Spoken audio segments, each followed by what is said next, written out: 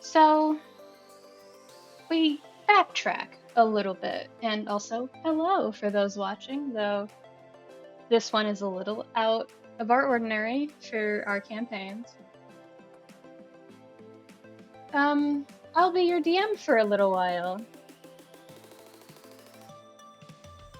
I have a question for the 3 players on the board. Okay. How do you react at first to a sunny day? No clouds in the sky, though it's still kind of cold. It's less chilly than it was before, but it seems like an act of almost a miracle that you're not freezing half to death, even with being bundled up. How do you react to a good day? Audible confusion. Just the, Is this normal? Is this normal? Jackie? Nothing is normal with our group. Okay, I'm pretty sure our group doesn't make the weather spontaneously change. Unless there's something I haven't been told yet. Been a month. Wouldn't you like to know, weather boy? Fucking kick snow on top of her. Aurelia? I'm sorry, I'm trying really hard not to make a joke. Make it. Make it. Make it. Do it. Don't Make be a it. coward.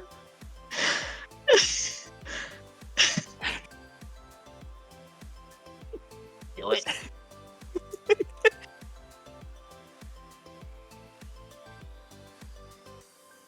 So which one of us is the frizz? Orlain. You're missing your frizz. Wait, are Just we talking looking- magic school bus? Yes!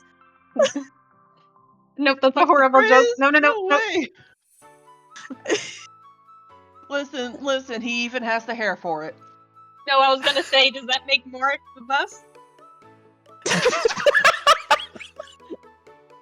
Wait, so then who's the Tryphon wizard? Arnold. Girl help. There's no help for any of us.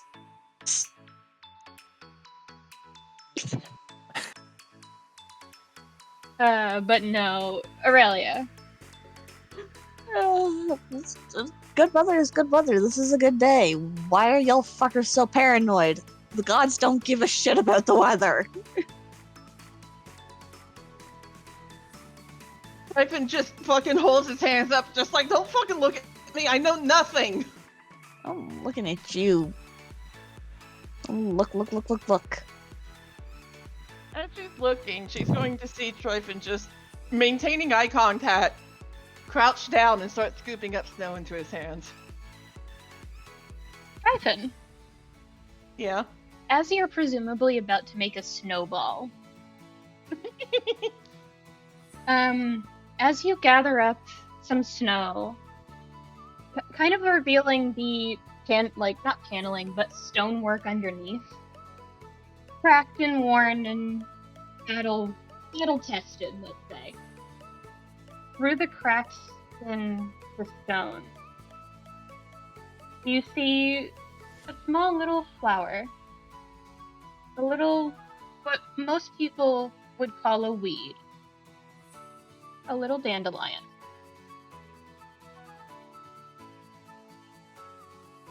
Botanically speaking, aren't they considered a weed?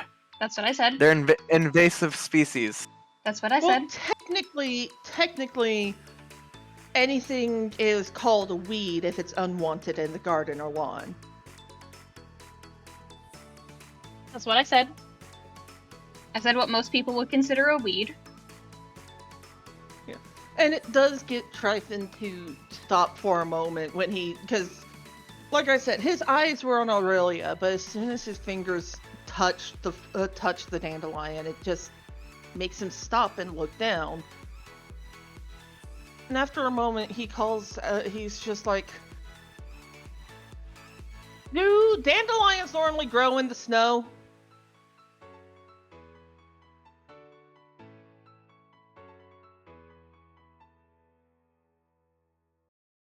Just the look of, you can't tell me the gods don't have anything to do with this! Plants are weird, my guy. What do you want from me? He's going to chuck the snowball at her now. From a distance? From a distance. Yeah, at that distance. If he goes towards her, he knows she will go away. Even, like, at this distance, there's no way you're hitting her, and if you do, it'll hit her foot. But you do chuck it as a, like, get out of here kind of motion. What are you guys looking at, by the way? There's a dandelion. A flower. Like, he's gesturing to where it is. No. Out of character, are you guys, like, looking at a map or something? It's off to the side. Yeah. I- This way. Okay. This way. Go Yeah. this way. Okay, I was not looking at it. If it was, they would not be having a conversation from this distance. Like, nobody told me there was another map. Sorry, sweetie. It's okay. I just didn't even assumed that realize they were until yelling I- at each. I just assumed that they were yelling at each other.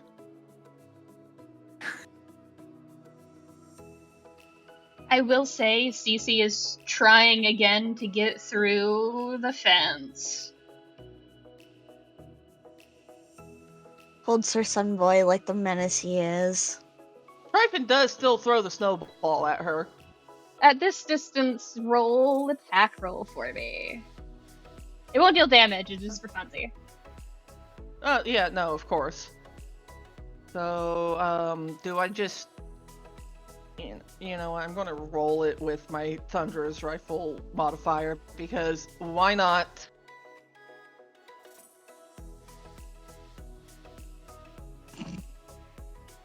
I hit CC. No. It kind of just... You do hit Aurelia, but it's in that sense of like, pop. And it just kind of dissipates. It's powdered snow.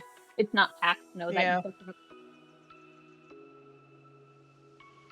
And he just sticks her tongue out at her, just... Mum's back. Still doesn't change the fact that this is like the first flower we've seen since the whole garden thing. Jackie, Yep. what's your passive perception?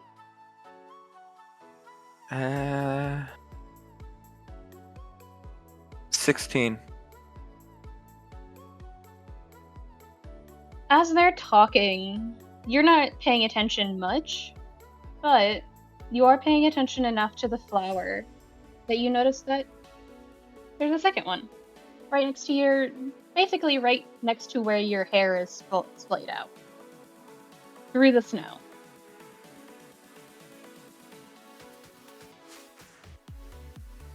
It looks bluish purple. Kind of like a blue orchid.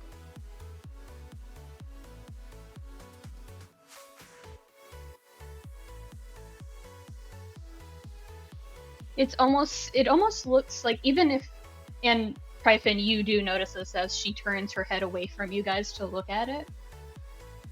You see that too. If Jackie hadn't have moved, you would have mistaken it for a flower that had always been there, like in her hair. Huh. Hey, Aurelia. Yes. Try looking in the snow around you real quick.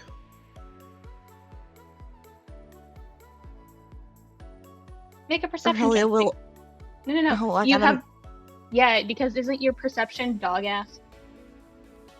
No, I've got a 18 passive in as Aurelia. Oh, that's just Helia. Unfortunate. I keep forgetting. Helia gets too focused. Leave her alone. Helia has the ADHDs. ADHD I don't TVs. know what. Why is your time in high definition? I don't know Anyway. what these HDs are, but the doctors say I got 80 of them. Please. Exhibit A right now. But no. With an 18, you notice the flowers, but you didn't really think anything of them because they seemed like, honestly, they seemed like they belonged there. But now that you're calling attention to them, the ones that Cece is currently sniffing at in curiosity is kind of almost like an off-kilter rose of some kind. A sort of orangish red gradient rose. And there's another couple of dandelions, some blooming, some in their fluffy state. And there's like other Weird. flowers at your feet. Going to crouch down, and he's not going to pluck it quite. He's going to be as careful as possible picking up this dandelion out of the ground or out of the stonework.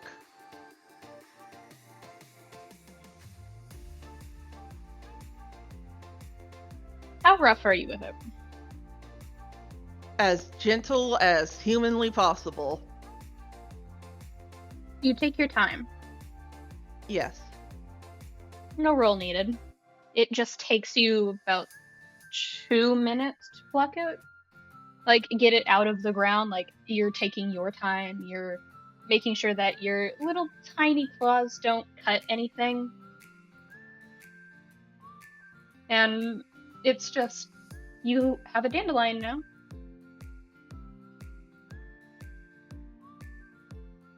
Tryphon's going to be staring at it for a moment before it's just like, I'm at least going to put you over by the wall. How about that? Tryphon, you hear the softest, faintest giggling. You say putting a dandelion, a weed, that grows in anything near a wall. Specifically the bramble wall, too.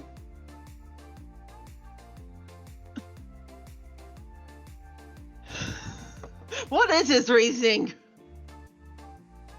What are you doing, Tryphon? Besides staring at the flower now because, you know, he hears the giggling. And just, this feels familiar.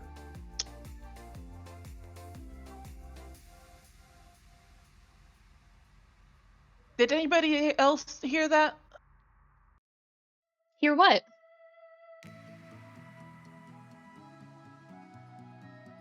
That's the response that you should be giving. Nothing happened. Just like head tilt of like, is Tryphon okay? Does Tryphon need to lay down?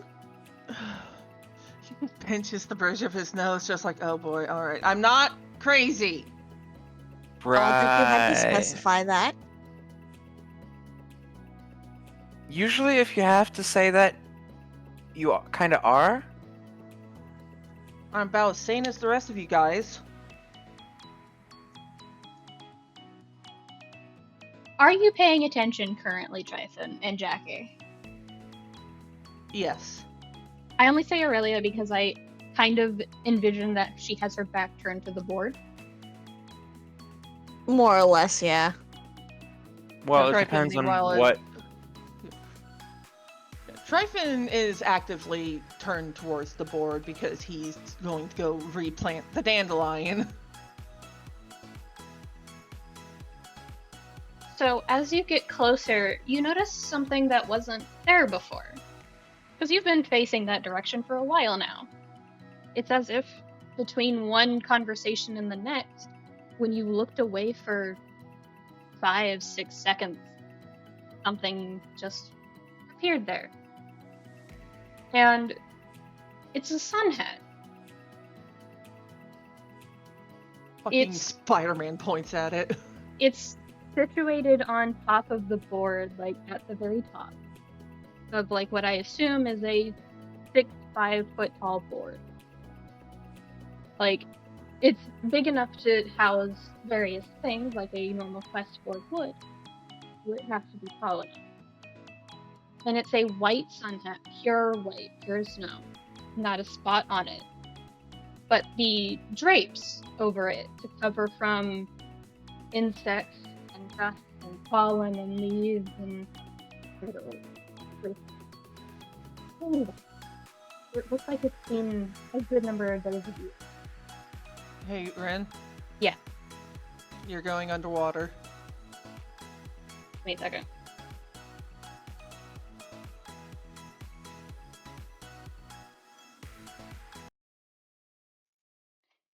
So, when did I cut out? You cut out after you mentioned the drapes to block out bugs and whatnot. So you see that it's gotten some use. There's the drapes of, they kind of look to have a flowery design as you get closer to them. Like in that sense that it could be lace, but considering it's a sun hat, it probably isn't. Yeah.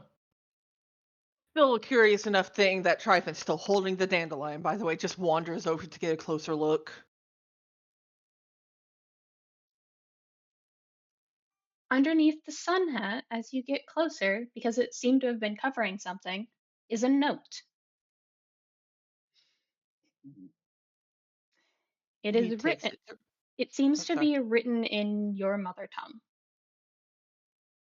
I think that's Sylvan for Mhm. satyrs. Mm-hmm. Yeah. Which does get him to stop for a moment because he doesn't find Sylvan written that often. But he reads it. Very playfully, almost, it seems to read, I seem to have misplaced something. Would you return it to me?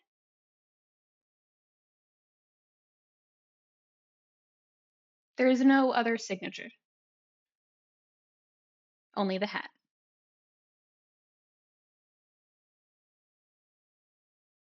Alrighty then. And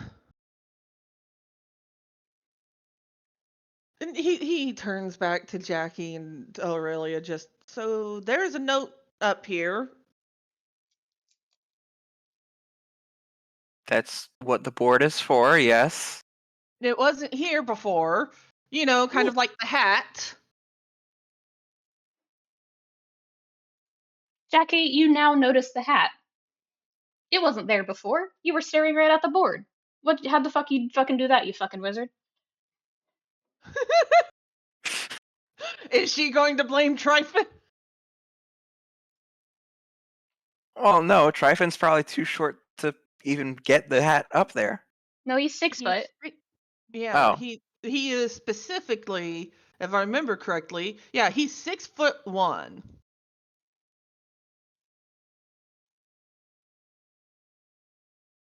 Paul, what are you doing? Don't just ignore it. Wouldn't you like to know, Wither Girl? I digress. Tryphon points to the hat that to Jackie wasn't there before. Just they both sort of, you know, with his still free hand, just poof.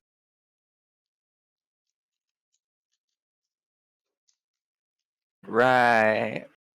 So either we're all going crazy, Or something's happening. The note is directly asking to help find something. Does Jackie speak Sylvan? she does not. Jackie Unfortunate. speaks Celestial, though, which the note seems to be written in. I didn't know you spoke or read and wrote Celestial. I don't? This isn't Sylvan. Because when Tryphon looks at it, it still reads in Sylvan, yeah? Correct. Yeah, it's just like, I no, this is Sylvan. No, I know what Celestial looks like, and that, my friend, is Celestial. And I know what Sylvan looks like. And this, my friend, is Sylvan. Aurelia's just pinching the bridge of her nose. If it does turn to Aurelia, it's just like, Aurelia, you come look at this. You should be able to tell which one it is. I would like you to consider a third option, Tryphon. What? It's magic, you dingus. God damn it.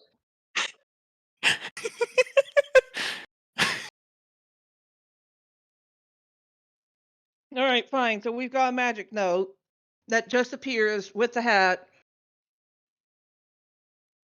Does Tryphon, now that he's up close and personal with the hat and he's looking closer at it, does he recognize it in any way?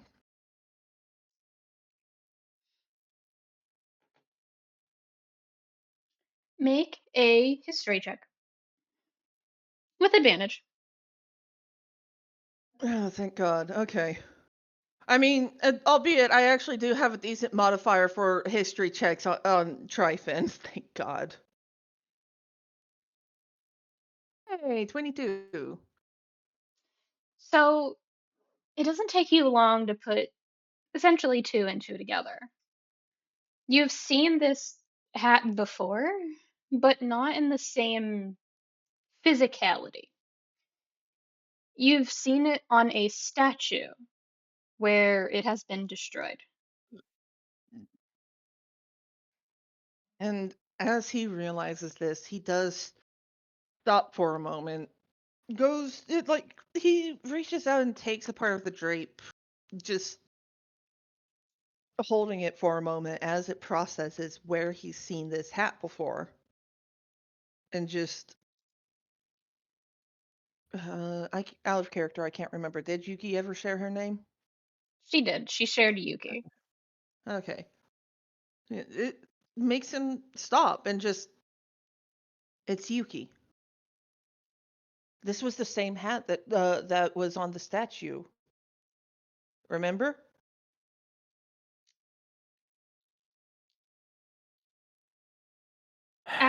Actually, only Jackie would have that memory because Aurelia was over in a different area when you got that information. Who's over Yeah, on the no. So bench? he is turning directly to Jackie for that. Your Just mouth. it's Yuki's.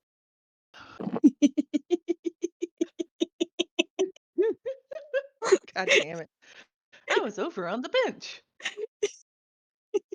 Did you see anything? I was over on the bench.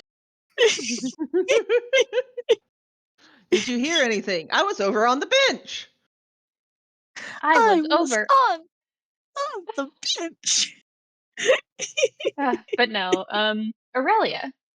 While they have been bickering back and forth, and you realize, yeah, it's a magic note, he moves it a little bit as if to show the note to Jackie of like, look, it is Sylvan. The only reason you noticed it was magical is because on the back you read something in Infernal. Ugh. And Aurelia's just like, all right, we can't be mistaking one language for three different ones.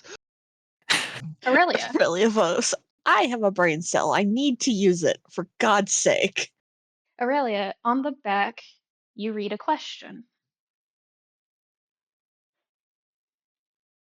I actually need to find exactly what it is so you have the exact words.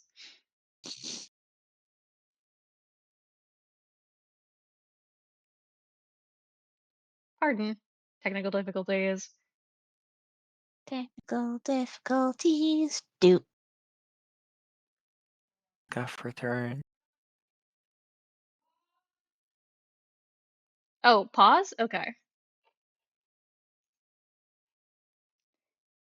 Alright, so you see a question. It simply says, "What is happy but does not smile?"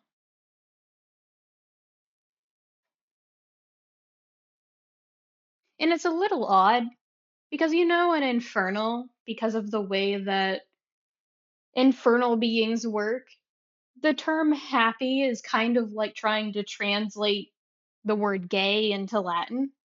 It doesn't kind of work. A little wonky. What is it? Just a little bit of infernal. What is? And then in common, happy. And then back to it. No, it's more like trying to translate, because this is a joke from my other campaign of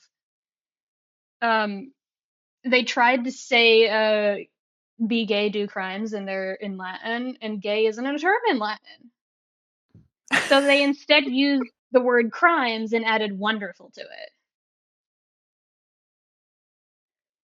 So it's kind Yeah, of like close that. enough. Like it's kind of like that. They used a different word that is adjacent to it in Infernal. So you understand the meaning, at least. It's just like, that's a little wonky. I don't think that's supposed to be there. Just like, It's like, peculiar. Yeah. While this is happening, Tryphon is looking over at Jackie. This is Yuki's hat.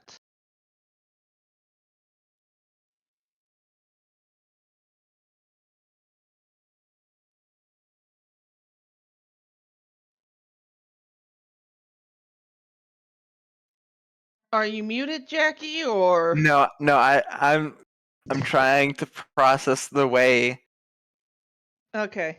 Ren said adjacent was adjacent. pronounced.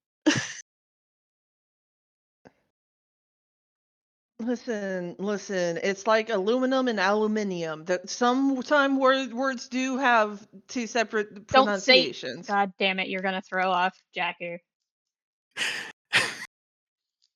Hey, Dane's alive. Good He's sir. typing. Good sir.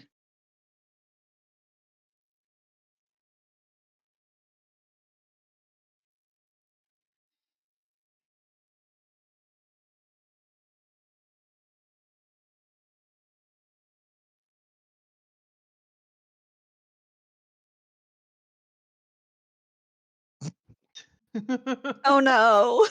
Oh no. Technical difficulties return, anyway. So, what do you do noticing the question? Well, after pointing out the magical third option,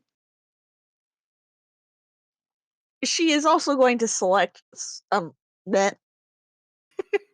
suggest to Tryphon, who is, I assume, still holding the note. Well, To no, he's left the note on the board. He's holding the dandelion in one hand, and he's got the drape pushed aside with the other hand. then she's going to step up between them, reach between them, and take the note so she can look at the question better. And Tryphon's just going to stare at her for a moment, just like, okay, what? Did you see something? You seemed busy yelling at Jackie, clearly in a very joking tone. You are lucky my hands are full right now. Drop the dandelion then. I am going to put it where I was planning to put it before Yuki showed up. And he's pointing at the hat, talking to it like it is Yuki. All three of you hear just the cackle of something or someone. Hey, Tryphon, God thinks you're funny. Yeah, I know. At this point, it does feel like everything's a big joke. And he's just wandering over to the.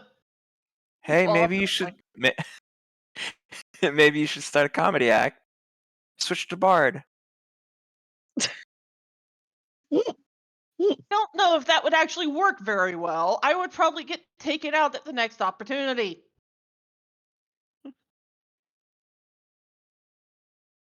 Need I remind you guys that, and he just sort of gestures to where the bite marks are on his torso. It's just, I'm not exactly fast enough to avoid the danger right now.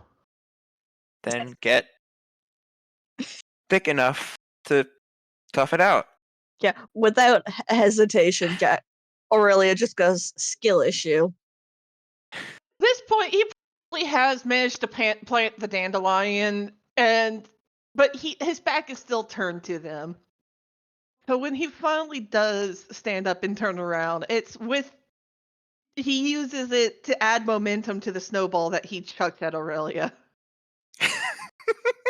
Make an attack roll. God damn it. Jackie is safe from snowballs. 18 this time. Do I hit you? You do. Bonk. Hi, Dane. Tryphon just fucking pointing at her. I love how Dein came in at this. Tryphon fucking pointing at her is just like, skill issue that! I apologize for my tardiness. You're 0 fine. of the 5 alarms I set off for my nap did not go off. No, Yeah, that's what we guessed. yeah, we figured. We weren't More or starting on less. y'all's group today anyways, because our dear usual DM, Yufi, is currently slightly delirious from lack of rest. I read that and I was like, okay, there's that. Still, You get to listen to the chaos. It's okay, because I'm DMing for a bit.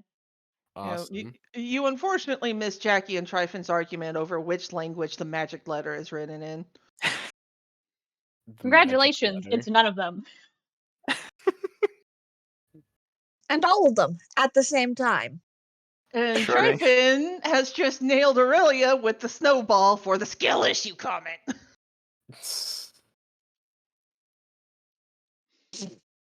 Oh, So- thank heavens. Oh, good heavens. I'm still waking up. Take your time, dude. Take your time. We're gonna be on these chuckle fucks for a little bit. But all three of you feel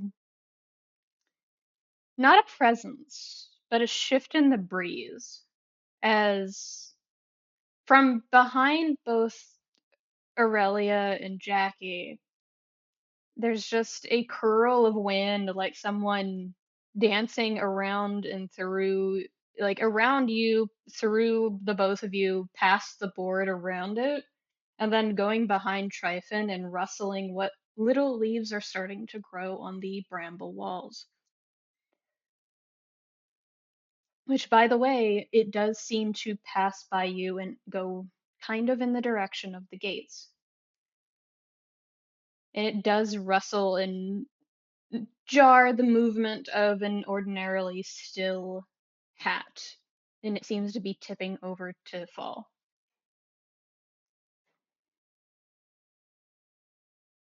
Jackie's gonna just reach out, pick up the hat, place it on on one of her horns. Just come on, might as well see what this is all about. Why on Aurelia's horns? It does. One of Aurelia's them. Aurelia's the designated holder of things right now, I guess. Kind of like, Aurel- taking a hat and placing it on like a coat hanger, or not hanger, coat rack. Yeah, no, Tryphon is very pointedly staring at Jackie, the other person in the group with horns. And just, I'm going to end you if you ever put those on me, if you ever use my horns like that. You can certainly try. I sure am going to. Not like I've already done it once. What do you guys do? Children, please. Follow the Well- magic breeze? Question mark? We don't even know what we're looking for. She's just over here giggling behind us, just like, I lost something. What'd you lose? Her marbles. I'm don't- going Sorry. to go out on a limb here, Tryphon, and suggest that she has deliberately misplaced her hat. Why can't people ever be straightforward? To be Tryphon. fair, this is like complicated. Tryphon, Yeah. you are the only one who notices this. But as you all presumably start to leave, and follow like fucking Disney style Pocahontas, follow the breeze, all the colors of the wind style. How about you shush? As Aurelia and Jackie start to follow it, and you kind of taking up the rear as a sort of protector, as you start to turn out of the corner of your eye, just one step forward into the snow and towards the gates, you see that Dandelion is surrounded by a patch of various different flowers starting to grow along the bramble walls. It's slow enough that most people wouldn't have noticed it, but you're a paranoid son of a bitch, so. Okay. All right. It's not his fault he's got 21 passive. Mm-hmm. But it is your build, so How about you shut the fuck up? it's your fault. How about you shut the fuck up? But yes, you do notice that, and with that, like, let's just call it an act of little kindness. For the time being, for this next part, the next 3 rolls you do on specifically nature or insight will have a +2. Ooh. I did a good thing. You said it was nature and what else? Insight. Insight. Okay. For a total of 3 rolls. All right. So 3 rolls plus 3 rolls of +2 for nature and insight, Mm-hmm. but just for this section. Just for the section.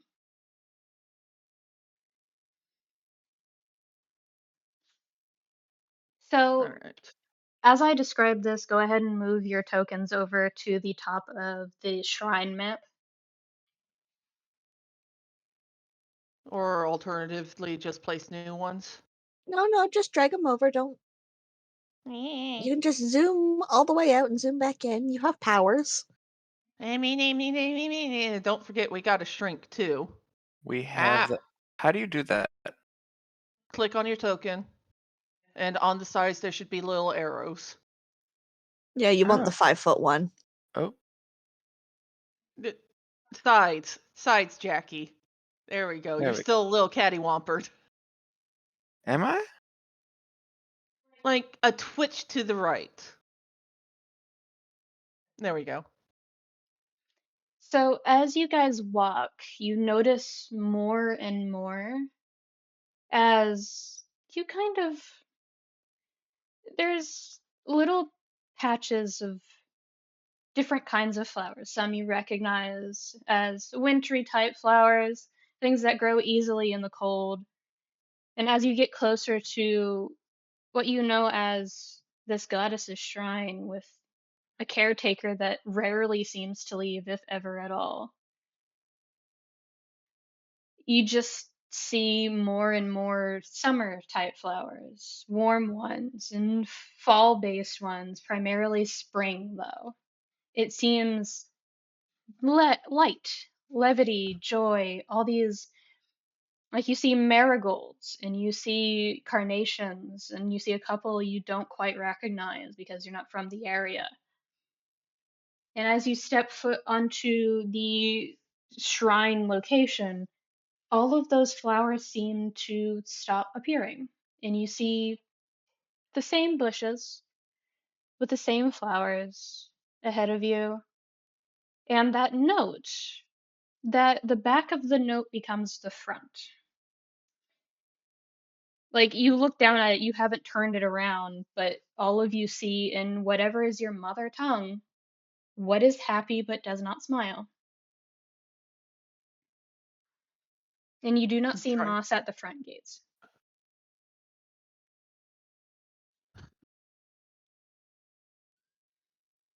All right, so we're here. There's a question. There's no robot. As far as you can see.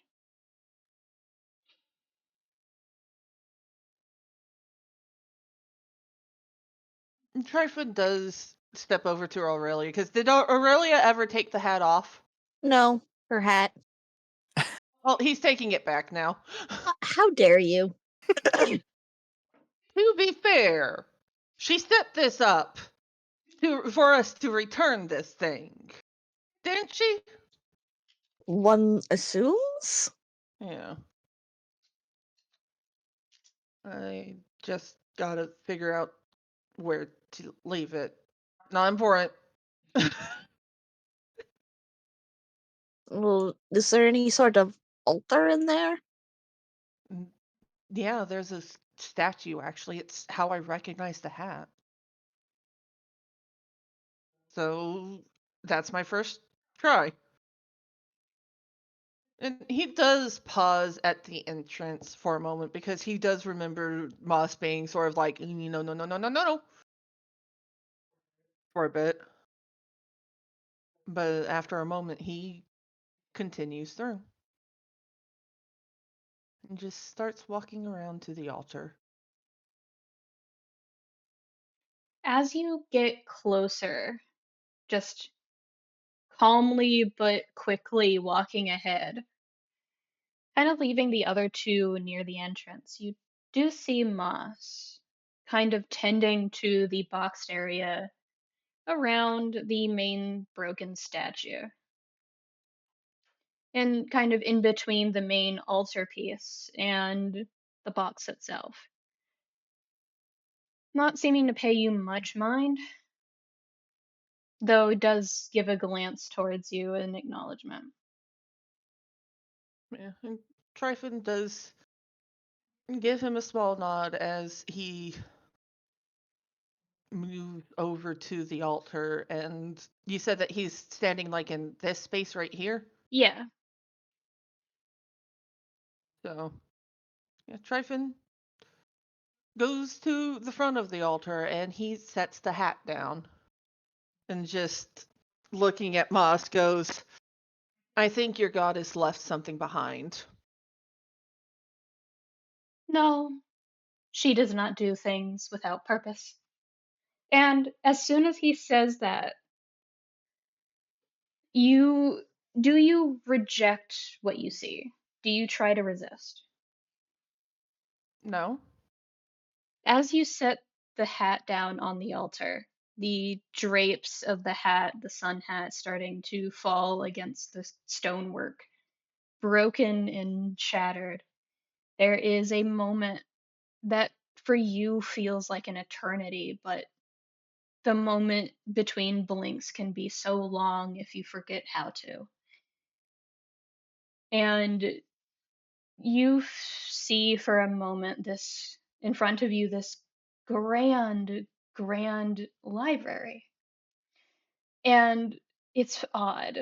You see as you look over behind the statue towards the remnants of a step ladder, tall of like 10 to 12 feet tall. You see it being in use by a couple of scholars.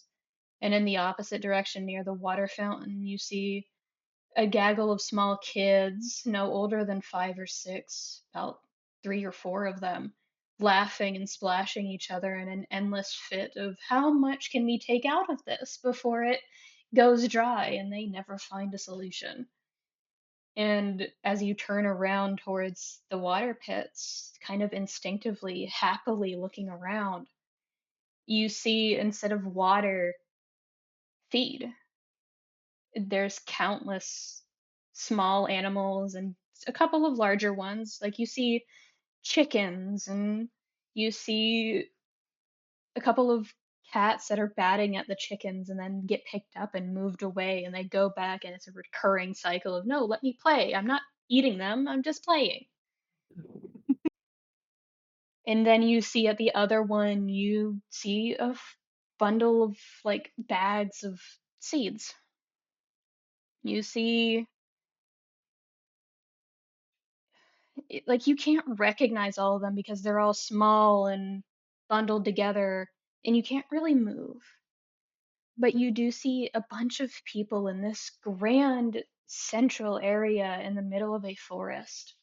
And there's laughter and play, and there's writings on the walls, and there's books, and there's all these kinds of things that seem to be endless in knowledge and play and joy. And then you blink, and it's back to being broken. And there's no one here but you, Moss, and your friends.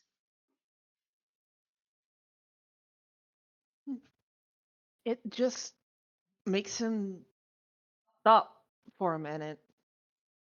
That kind of pause that you can really only do after you see something amazing, and then it's just gone in an instant, like it was never there to begin with. Except he knows it was there. This place had its use. It was intact. It was a library at some point. And after a moment, he just blinks again as he looks down at the hat that he's placed on the altar. The hat is missing. It seems to have vanished. Ah. Okay, then. Your next roll for religion will be at advantage. All right, then. Just one. Your next roll, so use it wisely.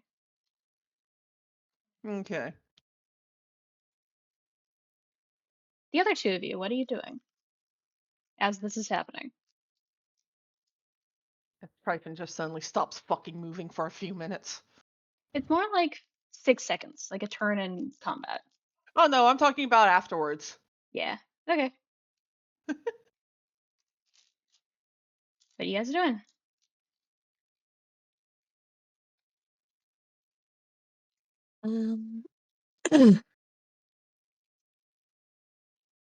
Studying the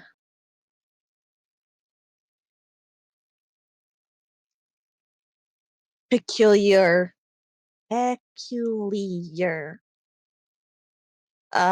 message on the letter, just trying to think of what is both happy and sad.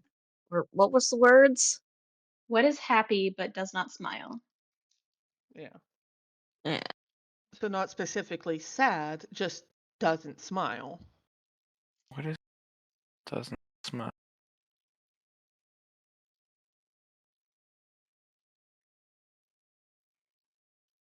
Do you do anything to look around? Do you go to Moss? Do you wander away? What do you do?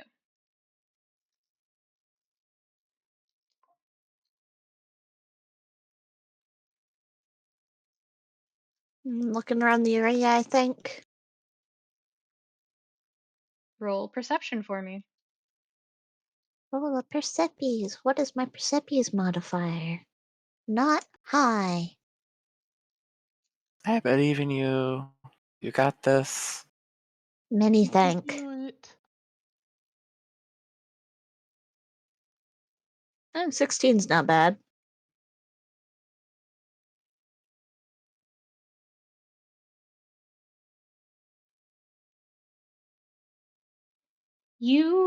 As you're passing by all of these flowers, and there's more flowers around here than there were before, sort of as you walk by, it seems like someone's keeping pace with you, and you stop, and it's almost as if something or someone is, Jackie, stop. There's a reason why I'm not focusing on you for a second. Stop wandering off. I see what you're doing. Cease and desist, you little menace. And if you are going there, I need you to stay there for a bit.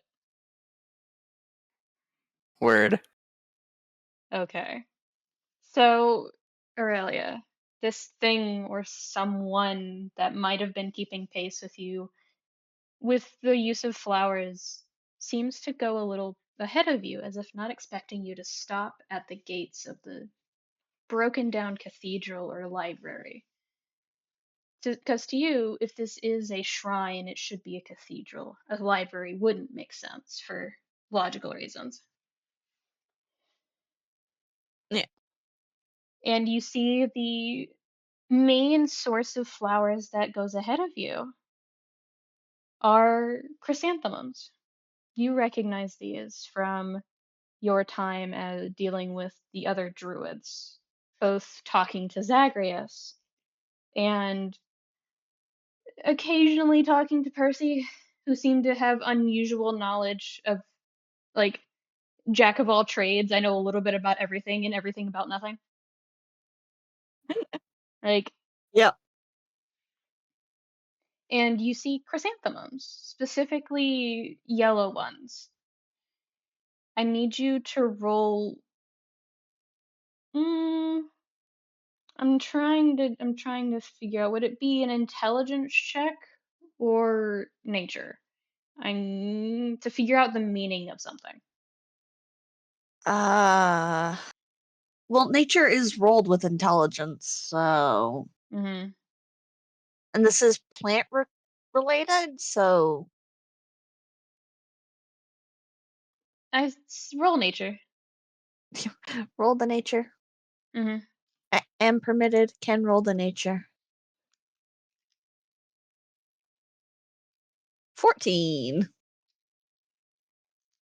You know that chrysanthemums have different meanings based on the color. Red usually means devotion, and purple means elegance or royalty. You remember something very vividly being told to you that yellow is typically associated with joy or friendship.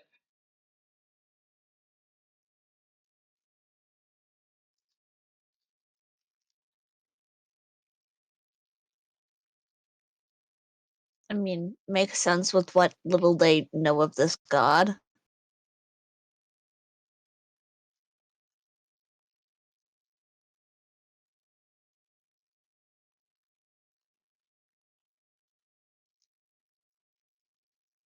Do you do anything else before I switch over to Jackie's idiot self? You love me. I do, and I'm going to make you perish in a moment here. You can try. We'll take a few steps in and, continue to crouch down and look at the flowers and stuff. Okay, we'll get back to that. Jackie, Yep. you wander away from Aurelia, kind of following the breeze almost, as you had done to get here.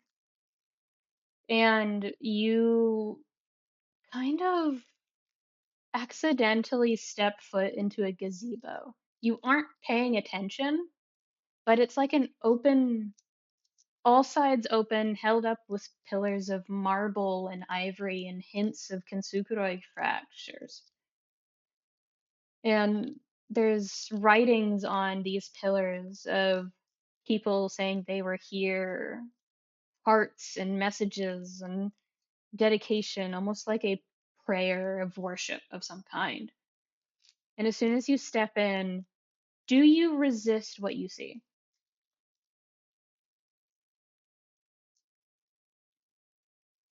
No. You see, as the similar to Tryphon, you see people, a lot of people, almost gathered around this gazebo, sat down outside of it towards the clear entrance that has a gate in front of it, this time closed. And there's a dance going on, and you're witnessing from a third party view. You see a woman with wearing this bright snow white sun hat with drapes covering her face, shielding her eyes and most of her features. dancing with somebody you cannot recognize. And they're laughing. You know it's a masculine form, well built, and there's a smile from how there's a chuckle in the air. And they're just dancing and laughing, and at some point they both trip over their own 2 feet and they fall onto their asses, and they're still laughing. And you hear the words in a masculine voice, kind of rough, kind of heavy. It in a way that sends a chill down your spine, in a not a bad way, but not in a good way either, kind of neutral. You just hear, "I told you I had 2 left feet." Yeah, but you had fun, didn't you? And there's another laugh as the scene cuts from that to a more nighttime view. And they're both sitting under the gazebo with the hat in front, tilted down in front of her face, which doesn't make much sense because she seems to be commenting on the stars. And this masculine figure is not talking. Just with the way that the face is turned that you cannot recognize or even acknowledge, it seems like looking into the sun almost. Like you can't do it for very long without hurting. And you know when you're looking at this figure that their face is turned towards who you recognize as Yuki now. Dark midnight blue hair, tied back in a braid, at least at this point, fading into a light lilac pink. And she's laughing and talking, making comments you can't understand in a language you've never heard, but they're laughing and talking. And you get the feeling of an answer, or a partial answer rather, to a question you didn't realize you were asking. What is happy but does not smile? And you just get a single word: the heart. Or 2 words, the heart.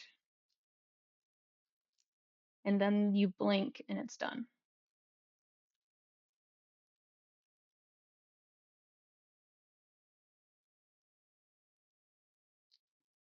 What do you do?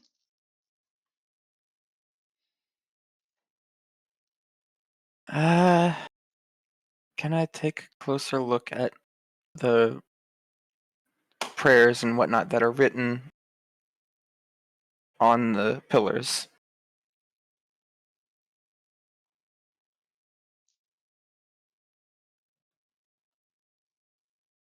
What are you doing? Can I take a closer look at the prayers and everything that are written on the pillars? Sure. Make an investigation check for me because you are still kind of mentally and physically reeling from the information you just got.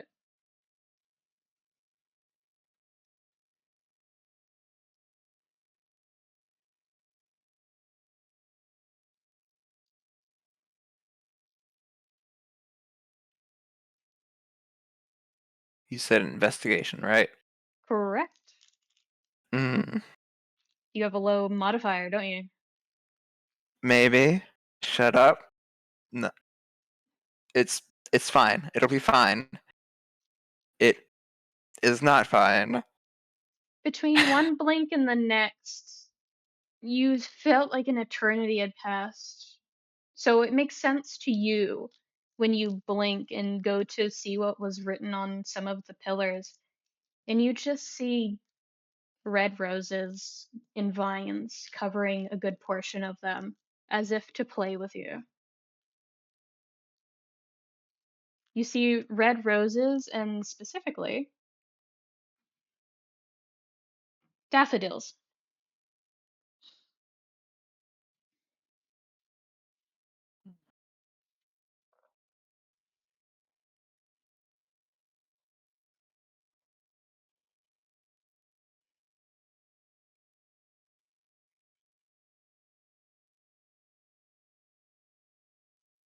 What do you do? What's another thing you do Just at least? Uh,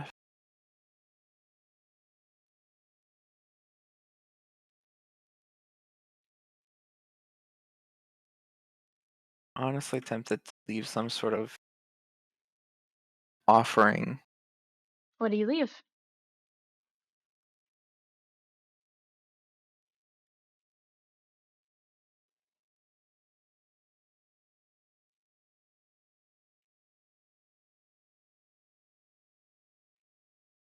One of the feathers.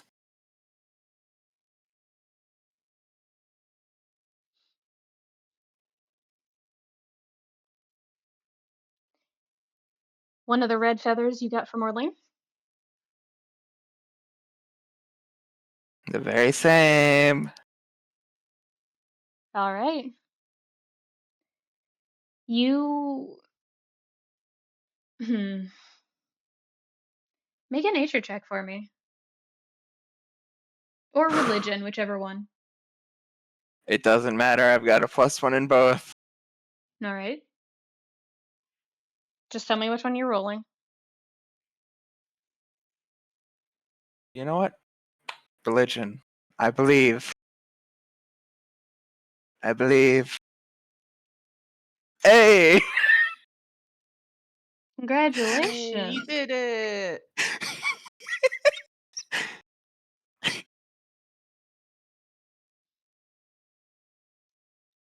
As you set down this offering, a small red feather, you place down the smaller one. The bigger one you are attached to in an unhealthy manner, I suppose, because it was the first of the red feathers that you were given. But the second one you place down, and do you say anything? Or do you just place it down?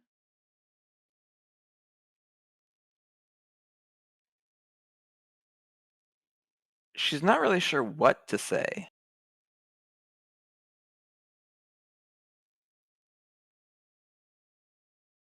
Like, what do you typically say with a situation like this? Do you say anything at all? It only influences what I tell you, not how much you get, because you rolled a natural 20.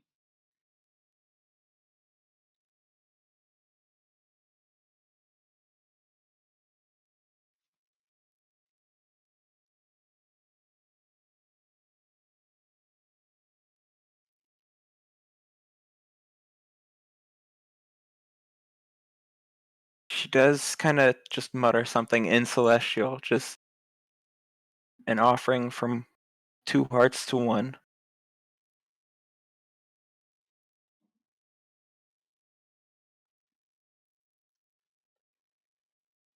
As you say that, the feather, as you blink, disappears. And you feel a warmth in your chest where the center of your shattered divinity lies. And it's not so much divinity as it is radiance, and you know that, but for a second, this warmth seems to fuel that fire into something more. And as you reach up to kind of sadly run your hands through your hair, kind of feeling the lack of a small but noticeable weight of the feather, you notice that there's a different weight where the feather was. It feels like a flower.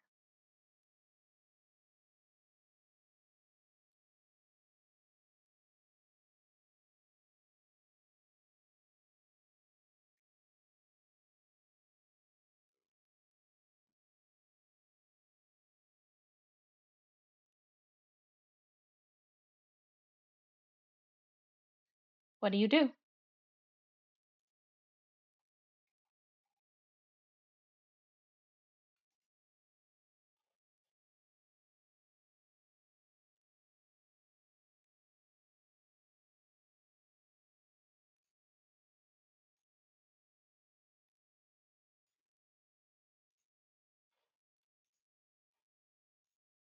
Jackie, Yeah. what do you do? I don't Do know. you try to move the flower? Do you try to take it out of your hair to get a look at it? Or do you just leave it there? Gonna leave it there. Do you head back to the group? Or at least part of the Ye- group? yes. Alright, start moving your token. Why are you heading that way? To be fair, there is a hole in the wall here. It's fair, but you know Jackie is not gonna do that. No, she's probably going to try to jump over here. No. No. Alright, Tryphon, Yes. what are you doing now? As that was all happening. As all of that was happening, and he's just standing there staring at the statue at this point. Because I asked you, and you said it has no head. Mm-hmm. So no head. Stop it. I mean, I had a similar thought. It was skip to the break the skateboard part, but I digress. He's going to take a closer look at the body language of the statue.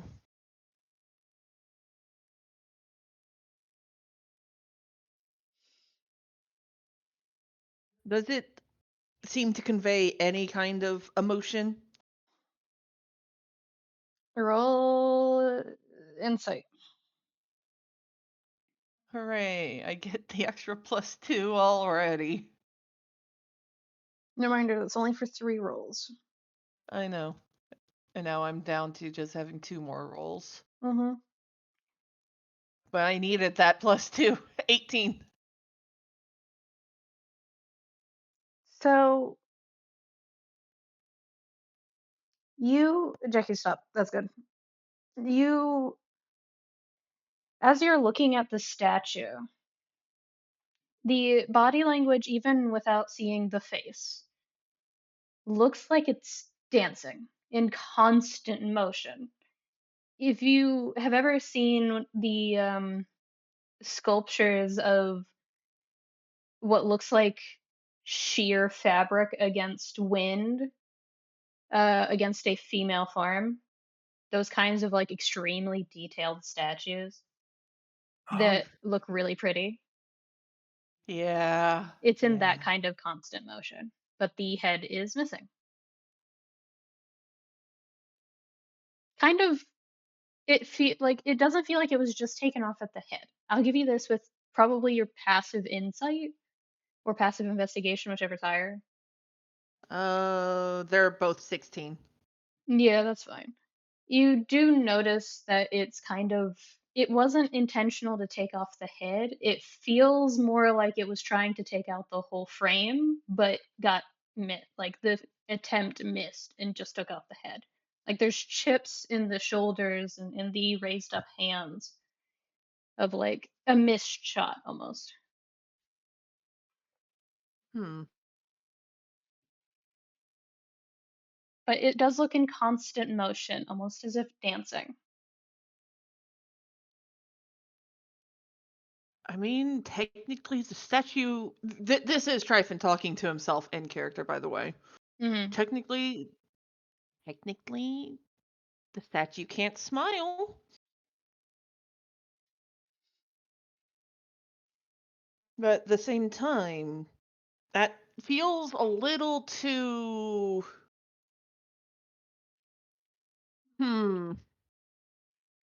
Not right. Aurelia, Dance, maybe? Yes.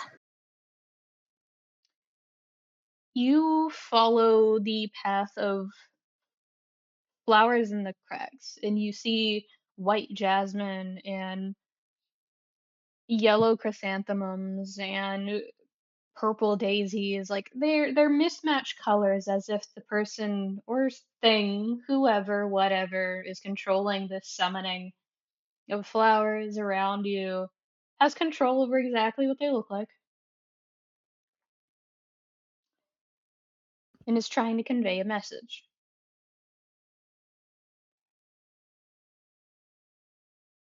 Do you try to parse it or do you just follow it? We would like to try to parse the message. Roll nature for me. Too bad I can't give my nature roll to Aurelia. No, it's okay. It's okay. Oh no, there we go. Unfortunate. Uh, 10 was the DC. Fortunate. It takes you a little bit with a 6 plus 4, but you beat the DC. It takes you a good couple of minutes, no more than 10, as you're walking along, passing things, getting closer to the fountain and closer to the statue. So move your token between those two. boop. And you see, as you're trying to figure out what it all means, you see the white jasmine kind of leading you towards, like, white is associated with purity and innocence and like grace, but in a kind of childlike sense. And then you see um kind of like yellow primroses, and then you see some red primroses and some orange ones, and it seems like a bouquet of primroses that are encircling, or at least it looks like they've always been there, but they haven't because you've been there before. And there's like, white is associated with innocence, yellow is associated with friendship, and red, devotion or love and beauty. You know, like it's one of those things of there's a message here, but it's so chaotic and frenetic that you're not sure if it's trying to get across the same thing as it wants to. Like it's one of those things of where you look, the message seems to change. So where do you look?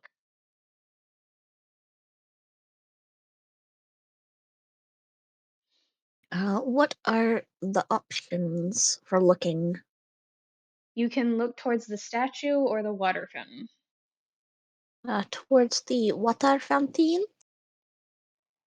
You see the primroses, and they're not in a line, but they're kind of delicately growing, like almost as if placed there rather than grown there, in like the rim of the broken apart outer edges, in the cracks in the stonework around it.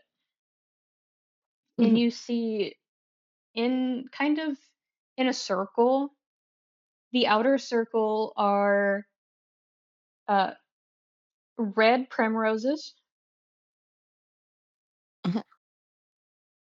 The second ring, the kind of middle ring, is a mix of pink and yellow primroses. And the inner circle of just 3 is actually 3 red carnations.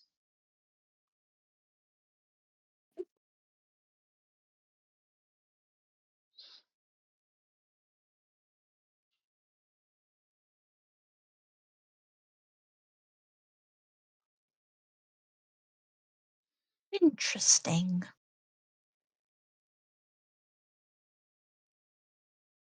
What do you do?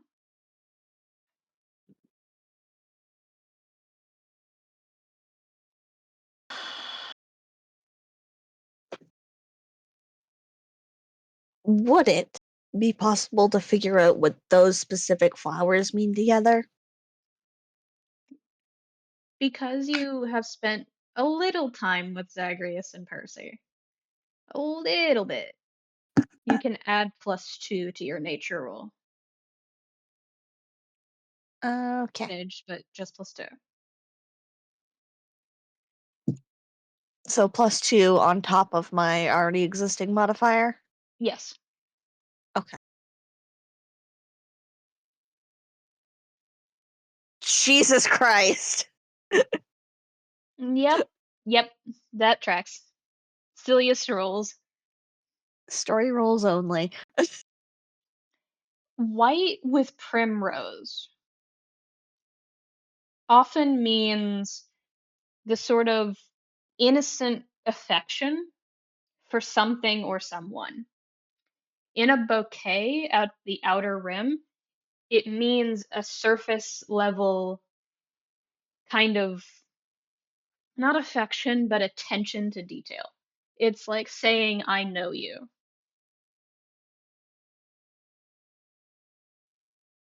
The pink primroses signifies it's different from place to place.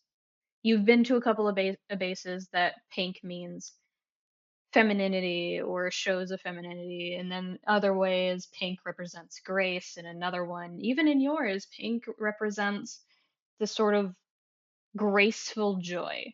And here it carries the same weight as the one in yours. It is a joyful, kind of eternal adoration or joy for something or someone. It's similar as you're thinking about it to saying, I like being around you, you make me feel seen, coupled with the previous flower. Following that up with yellow primroses. It kind of gives the impression to you of Yuki might be talking to someone through these flowers. Because with the coupling of outer white primroses saying, I know you, with pink and yellow primroses saying, you make me feel seen, I want to help you. Like the yellow one is an innocent type of helpful feeling. Mm-hmm. And then the inner red carnations is, you know this because this was a sort of odd tradition that it was picked up after some of your scholarly wizard types got a hold of some ancient dusty books on human culture of passing around red flowers for affection. Deep, deep affection. It's basically a confession of, I do love you, but without saying it. And you put it together as the sentence of, I want to help you, and you make me feel as if I can, but this is not the time or place for me to say that I love you.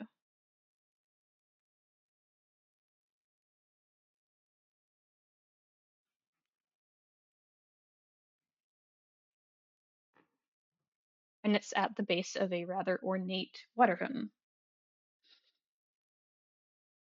Do you do anything?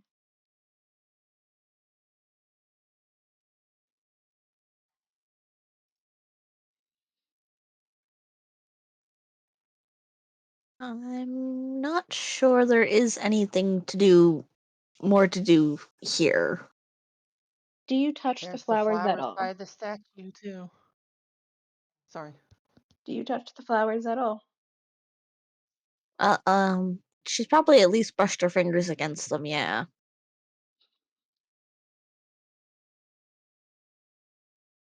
You get this fiery warmth in your chest as you do so. Almost a defiant pride, but a sort of also sorrowful acceptance. It doesn't feel like your own feelings, it feels like someone else's. And you get the words. I have to parse this out, hold on. Because I don't have it written down. Just fuck it, we ball. Vibes only. Yes.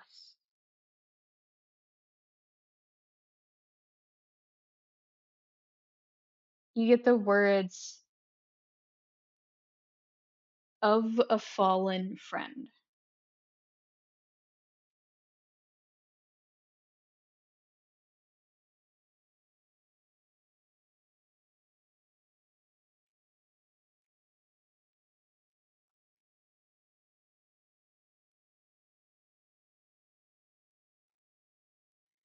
What do you do?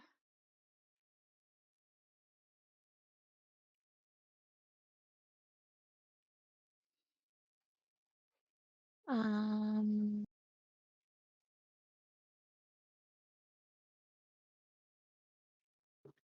gonna look around for her idiot squad. Where did her idiots go?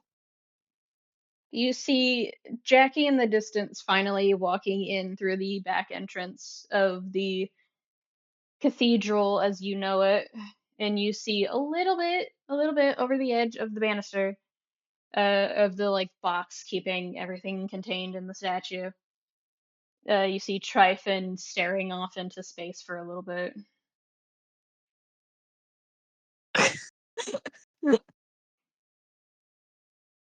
There are her idiots. Do you walk over? Yes. Alrighty. Tryphon. Cool. Jackie, you can Yeah. start walking again. You are at an altar. Moss had seemingly gotten wind of something that he needs to do, looked at you hesitantly, like they didn't quite trust what you're about to do at the altar, or if you do anything at all.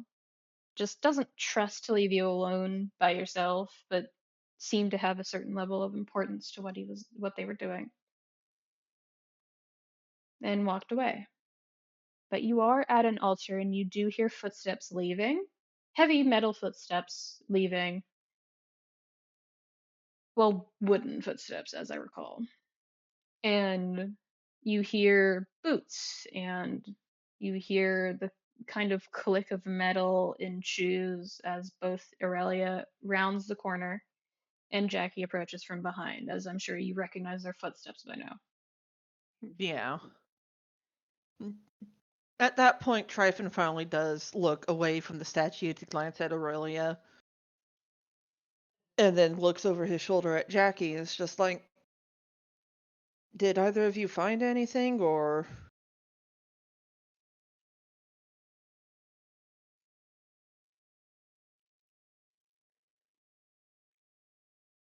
What do you mean by find anything? Oh, well, I mean, I put the hat down on the altar, and then I got to see this place, I guess, as it was before whatever happened to it did. So, really, anything would probably work at this point. Hey, the both of you, not Jackie. Mm-hmm. Ah. Where a small red feather was, you see a beautifully, seemingly magically blooming, pure orange lily. Tryphon stares at it for a moment and then just points it out, just like, sort of something like that.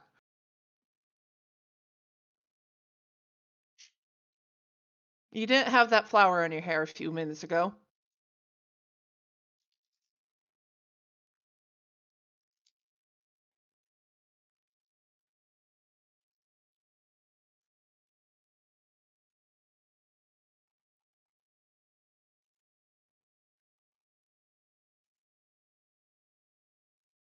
Firstly, count your days. Yeah? What's up? Count. I told you I'd get you.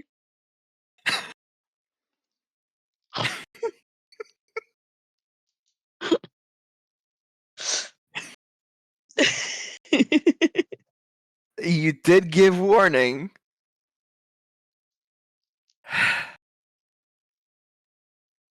Gun emoji. What do you do, knowing that you have a flower in your hair?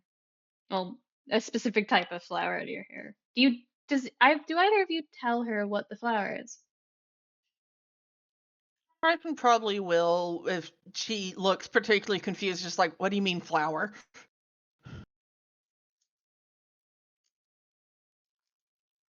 Or at the very least, questions about it. What do you do, Jackie?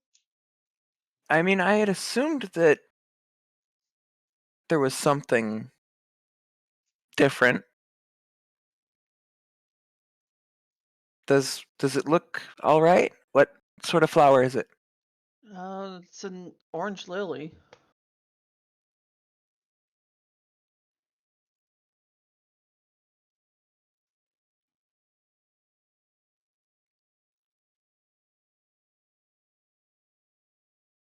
Aurelia. Yep.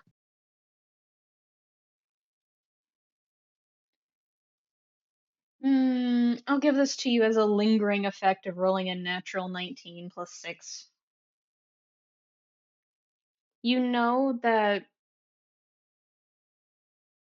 orange usually is the color of not gratitude, not in this instance. It is the color, like, orange is usually the color that is given to elegance. Purple is associated with royalty and can be used as elegance. In this instance, the way that it is situated against the red feather, and seeing it as in full bloom with little tiny specks of yellow, as if decorating it with a sort of glitter texture. You do recognize it as a symbol of gratitude, as if signifying some great achievement. Do you mention it? Interesting.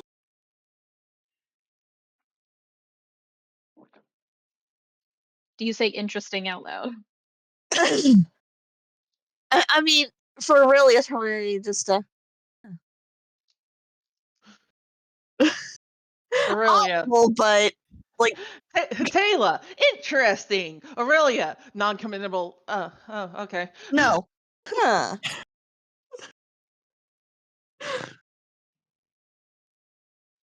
Like, this is clearly looking at Jackie and just, huh.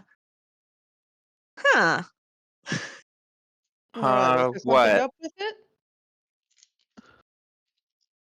Well, the way it looks, it's like a symbol for gratitude. What did you do, Jackie? I might have left an offering. Why? Why not? So far, this is the only goddess who hasn't Tried to actively. kill us? Yeah. Well, I was going to put it kinder than that, but yes. Just say it how it is, Jackie. They're trying to kill us.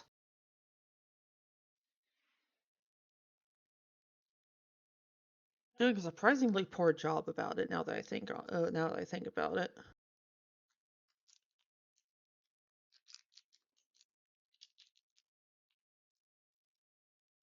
So, Aurelia, did you find anything? Some flowers. Well, I mean, we're in a garden. There's plenty of them. Yeah, but more like a flower path being led somewhere and sort of a I love you, but now's not the time.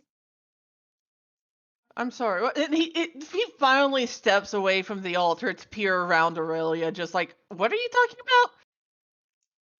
about? No, Flowers mean things, right? no. I'm saying specifically, Tryphon is currently looking around Aurelia to see what she's even talking about. The question was in character. Ah. It was flavor.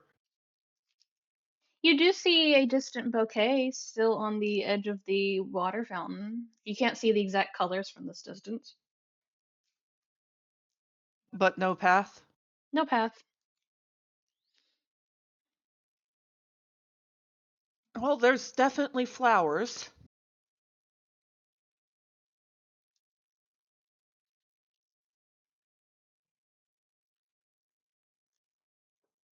I did also see, like, I guess a memory. You saw this place before when it was still in one piece, yeah? Not exactly. Ah, jeez. What'd you see then? Yuki, and she was dancing with someone.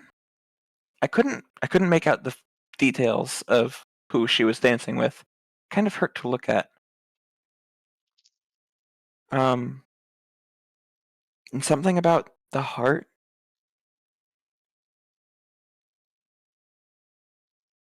The heart. So we've got flowers doing a love confession, basically. You had something about the heart. So why did all I saw was just what the inside of this place looked like? It was a library, and apparently those things were full of feed. He does point to the water pits. Like chicken feed? Animal feed? Animal. There were more than just the chickens.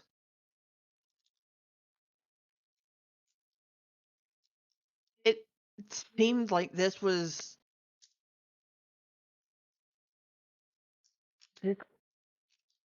a nice place to be. It was happy, I guess. I guess that's the only word I can use for it. It was happy. Tryphon, But Yeah. as you're fumbling for the right words, a phrase comes to mind that isn't your words, but they happen anyway. You kind of say them as you think them.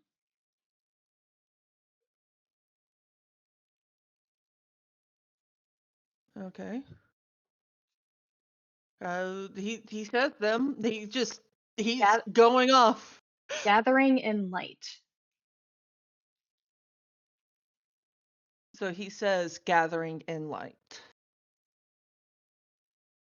And that does make him stop for a moment. It's just like, huh, I didn't say that. I did say that. I didn't mean to say that.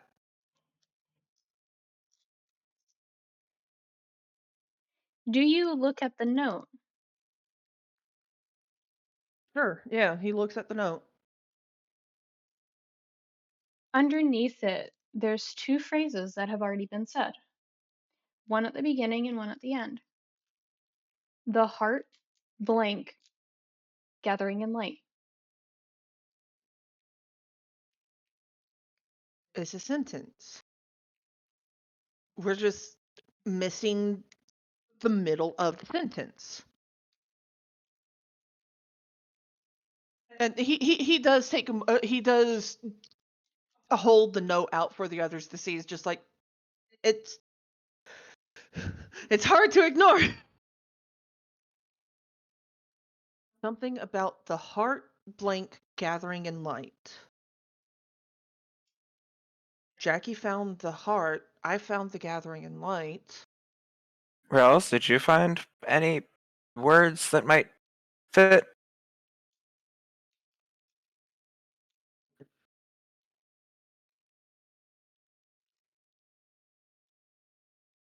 Like even out of character, I don't know. You did. It was the 4 words that I gave you. Of a fallen friend. Yeah, she'll say that out loud then. As you say that, the middle part fills in with of a fallen friend. And there's a pause as the entire note seems to glow. All of the words kind of fade, and the note becomes a pure, like, you remember Kung Fu Panda, that golden sheen of the inner of the scroll? Yeah. Yeah, it turns that color with nothing on it. Like, it's reflective. And then it snaps shut almost like a scroll.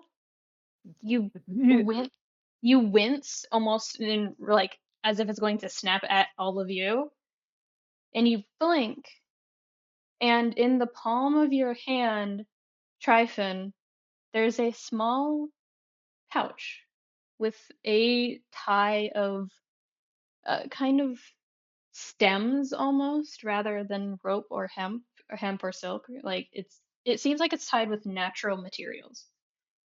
Okay. You do not know what is inside currently.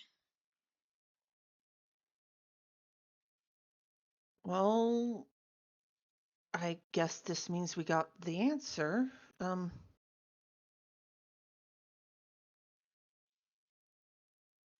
Do we want to open this here or wait until we go back? Asking for opinions here. I will even take Yuki's opinion. And he just does the sort of gesture of wherever she is in the air. I'm just gesturing to an imaginary person next to me now. All three of you, as you say, I will even take Yuki's opinion. The three of you, all together here, go home. But Jackie, you hear the rest of the statement. You hear very clearly, as if she is right next to you and physical and present. You hear, go home to where she fell. Where? Wait, where? Who fell?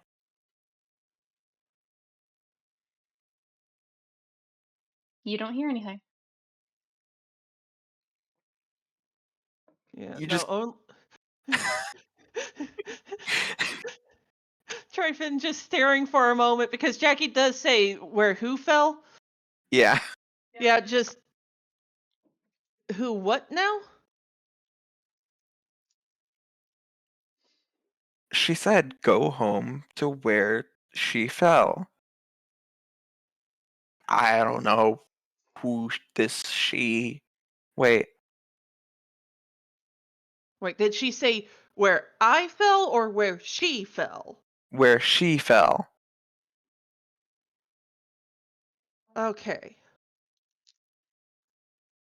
So we have no idea who this she is. Unless it's talking about either Grinny or Vice.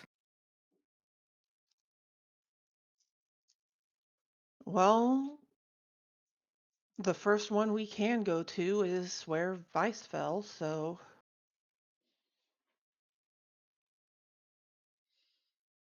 I think the only one Yuki probably would have known of was Vice.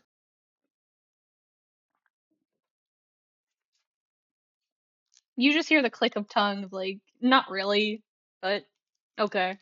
Like, not all Just three of what? you. Not all three of you. Jackie just gives the, like, ugh, kind of, don't play me like that kind of click of tongue. Just the vibe of, well, you got the right answer, but the wrong way. Yeah. But yeah, no. After a moment, Tryphon just sort of looks over at Moss and nods to him as before he turns and starts heading out of the shrine, temple, thingy. Hmm. Library. The library, yeah. Well, Library. it seems like a combination of all of the things. It was a shrine and a temple, but it was also a library and a place to rest and feed and all that. So it's a library and a cathedral. A libretal. No. Nope. No, That sounds no, like even the same energy as Skriddle. no. Tryphon starts running back to the camp. Jackie's out You here could run, making but you new can't Dorito run. flavors. I hear Yufi speaking up. Yes, Yeah. I've said the same joke twice. Jackie's out here making new Dorito flavors. And we are leaving.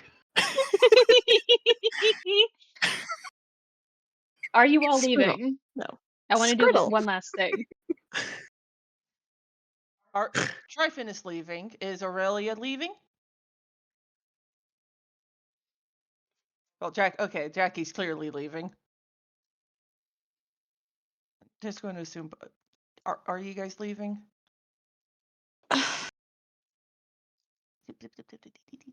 Yes? Question mark.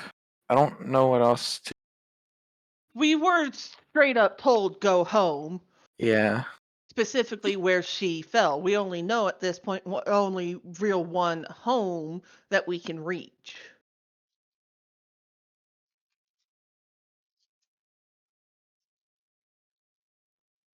It just occurred to me I'm probably sounding a lot more aggressive than I'm intending to be. Only a little bit. Bad I'm not pad. trying to be aggressive. Be What do you guys aggressive. do? Be aggressive. We are leaving All right. as a group Move your because tokens. I have asked 3 times. Move your tokens back to the other map. I want to do one last thing. Okay.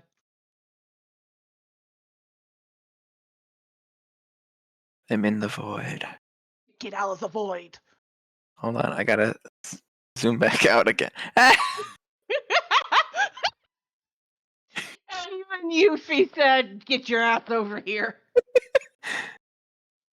As you all walk back into camp, one of you running, literally, you said you were running. You were just like, no, I'm not dealing with this. No, please, God. He's tired. Leave him alone. As you are running and you kind of skid to a stop as you enter the gates, the other two catch up. What do you do with the pouch that you have yet to open? Is going to go closer to where he had seen Vice, and I'm assuming where there's still a little bit of a disturbed ground, at least in the area. It's been snowing quite a bit, so I said disturbed ground, not disturbed snow. alrighty.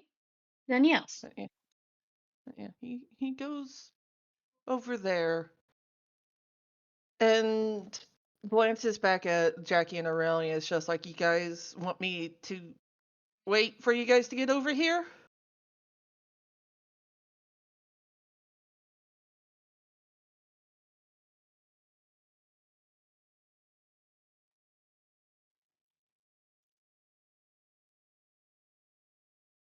Tryphon is asking a question. Please. You know, I trust you. You do what you feel is safe. I'm gonna. All right. Okay. I guess you're.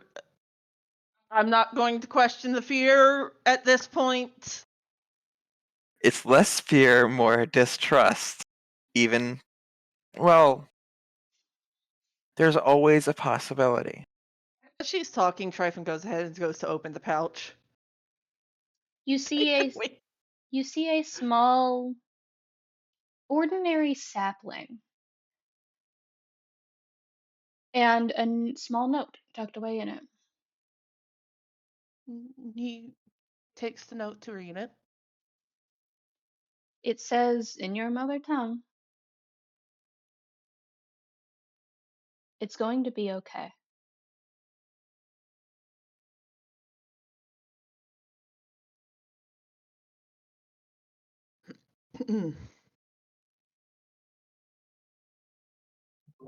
Ren, Yeah.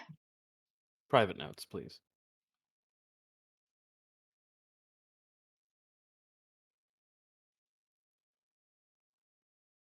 It does take him a moment to just stop staring at the note before he goes to look back at Jackie and Aurelia and just.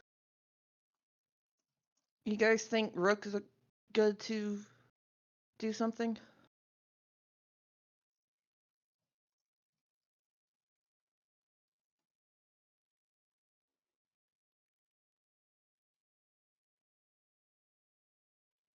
You're free to take over, Yufi, if you want.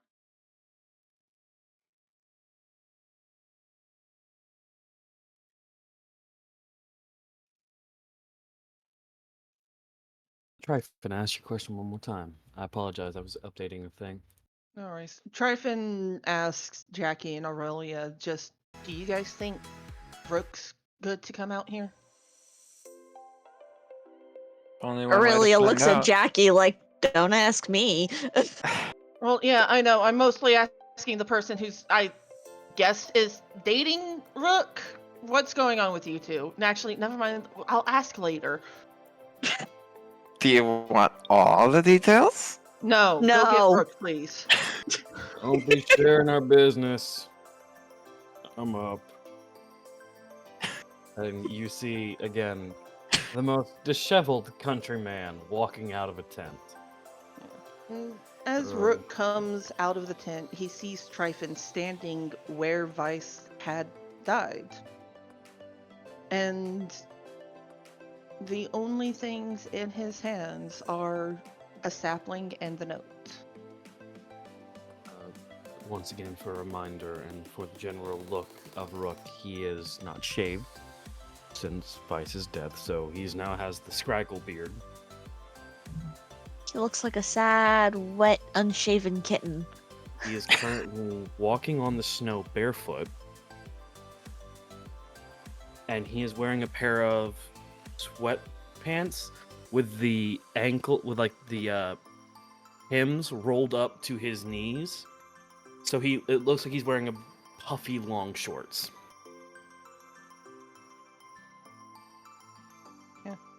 Tryphon does watch him for a moment before gesturing for Rook to come over to him.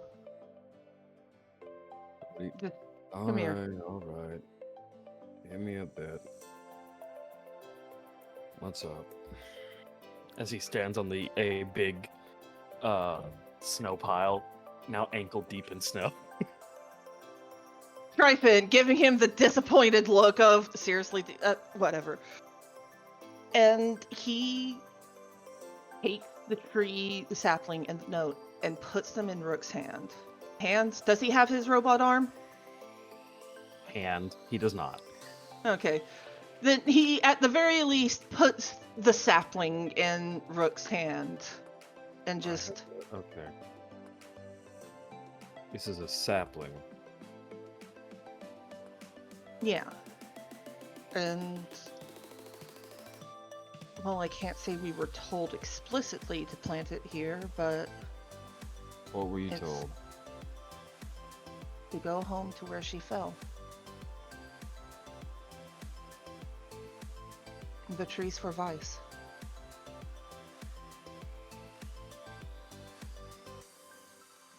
Thousand-yard stare.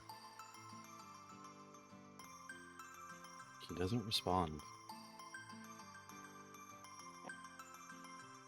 It's uncertain at first, but Tryphon reaches over, like he does take a step closer, and reaches over to put a hand on Rook's shoulder. Hesitantly, he's not sure if Rook's going to get mad or not, but he does. And just, we can plant it together, alright? Or you and your team can. He holds it tight, completely covering the sapling, and again remains unresponsive. The two of you, three of you actually, two of you hear this. One of you, hi Aurelia, sees Gade holding a plate of food, making his way towards you.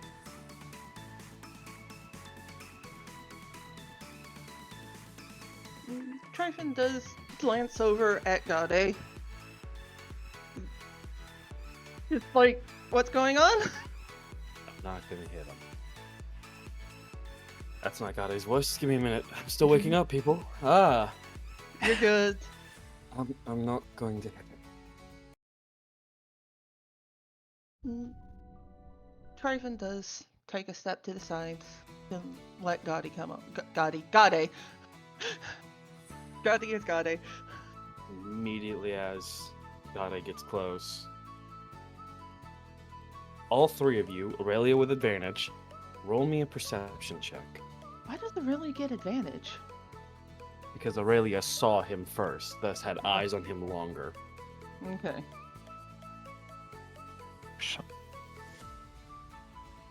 Wee, 22. 22. Pass. Next up, we got a drum roll for Aurelia. Damn. Well, One. okay. What the fuck? This better not be the rolls for tonight. As soon as I'm taking over. Buddy, you know I only have a +3, right? Why did you hushed? Jackie, Mm-hmm. Your turn. you be the only distracted one? No. All of you rolled above 20 the minute I took over. Go fuck yourselves, you whores. On my birthday? Really? You story rolls only. Fine. You all look at Gade. He has... I'm updating the pit crew soon. But Gade has a familiar bandana wrapped around his neck. What was wrapped around someone's arm before is now just hanging around his neck. As immediately he, one hand full of food, free hand, unarmored, smacks the back of Rook's head. Focus! You it- literally just said you weren't going to hit him. I didn't Technically, hit that was a smack. smack. And as Gade points at Jackie for being politically correct, there's just like, you physically watch Rook kind of shake his head like, the fuck? And around that point, he catches eyesight of... And you watch as a light fills his closed hand. And he opens his hand again and the sapling has changed. What was originally a sakura blossom sapling now looks darker, more... almost like it's grown a bit. Climbing tree. North what? Pine. It's a warm wood climbing tree. They're native to the north. Vice took naps on them all the time. Nothing more appropriate than I'd say.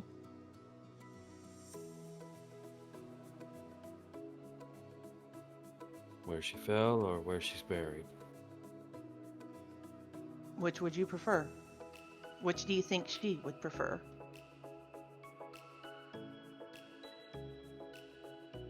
I need a hole where she fell. And Tryphon nods before glancing at Jackie and Aurelia and just, you guys want to help?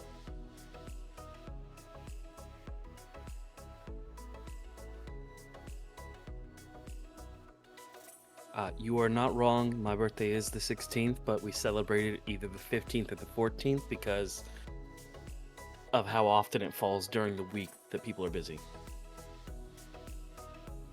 And understandable. But yeah. Tryphon calls out to Jackie and Aurelia asking, do you guys want to help? Question isn't if we want to help, it's if We're digging a Sure. hole.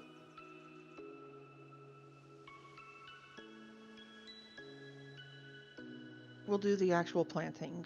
We're just putting the spot for it. Is that good with you, Rook? Yeah. I'd like Is to there place some- it, though. Pick the place. I'll start digging.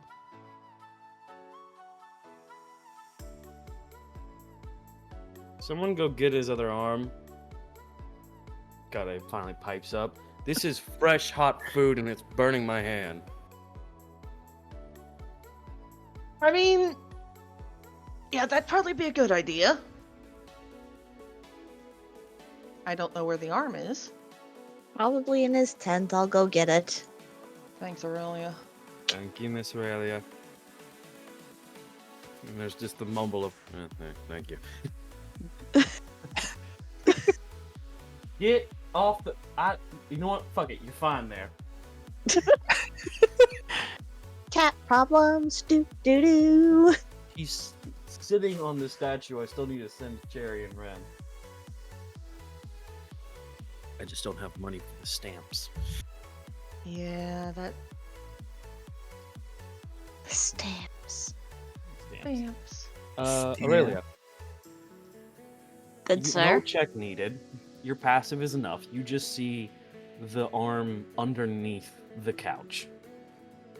Yeah, that's where both she and I figured it would be. It's like, this man sleeps in here. I will check under the obvious things you can sleep on first. Yeah. Common sense and your passive insight or invest. Yeah, it works. You good. Yeah, not that You know common what it is. sense has helped me today personally, but you know. It comes in droves and it leaves in misses. You would think it would be easy to find a milk bag full of tent poles, but no. Well, it Huh? depends on how big the poles are. Hold on. A milk bag full of tent poles? What? Am I still asleep? No, remember, the Canadians put the milk in bags! Oh, right. You heathens. Thank you. Really, heathens. Your money is called Looney Tunes and you put milk in a bag. You don't fucking get Wait! Okay, can we have this absolute downhill slope happen after session? Yeah, no, absolutely. When Aurelia brings Rook's arm back, he doesn't let go of it and just motions his shoulder nub to her. Just put it against it, it'll work.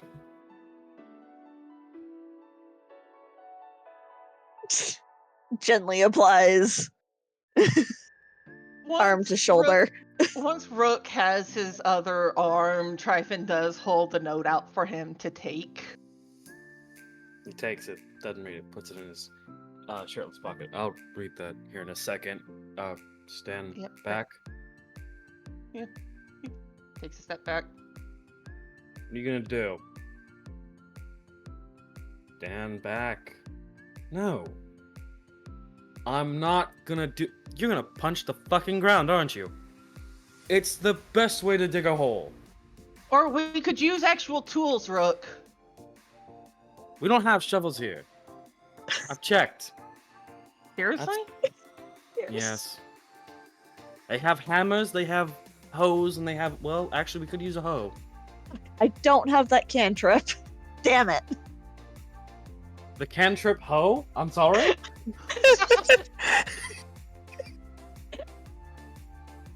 Thought I Friend! Oh, thought I had muted my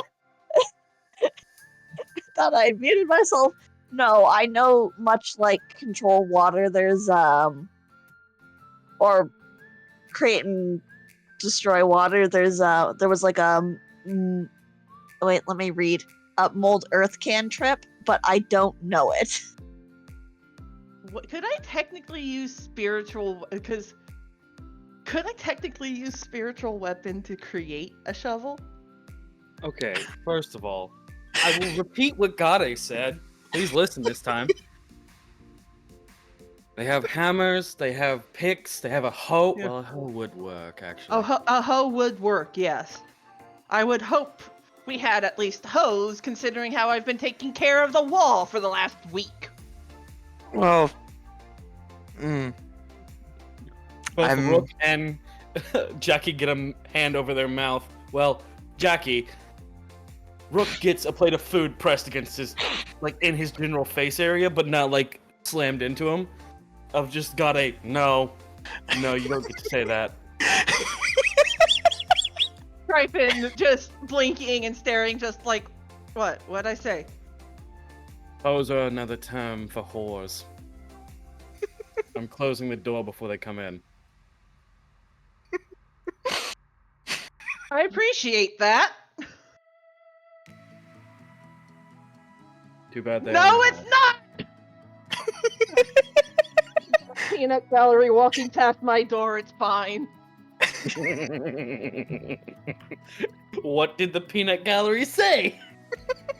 The peanut gallery said the door is still wide open. I've stopped the hose, but the door's still open. Close the door! Someone got help! Yeah, eventually Tryphon does wander off to where where he at least has been keeping a hoe for the gardening. Just, alright, okay, I'm just going to get this taken care of. Grabs it, starts walking back, and just holds the hoe out with the ta-da motion. And Gade is going to politely begin knocking and pushing these two back to give room. Tryphon starts to dig. Correction, he's pushing Jackie back. He's goading Rook back with food, threatening to go onto his face. It's like the carrot on a stick, but in reverse. No, I'm fine. No, you fucking not. Eat, you whore. I'm not a whore! Mm-hmm. And your waist is that thin for what reason? What's the battle proficiency of that waist? He's been trying so hard to ignore the both of them as he starts to I would like to say, when the waist is brought up, Aurelia very quietly goes, "This waist is small like that, so Jackie can hold it." Hold on, I gotta turn Jackie down. She's dying. What did you say, Aurelia?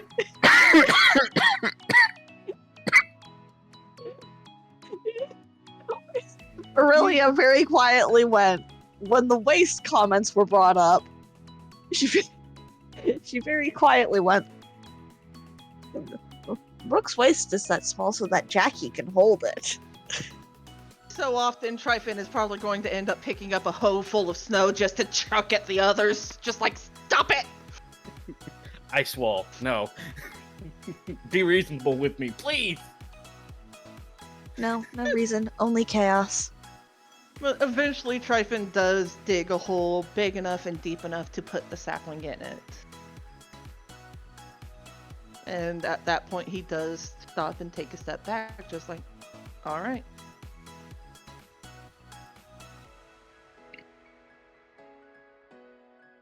When you're ready, Rook. Or done eating, I guess. I don't know.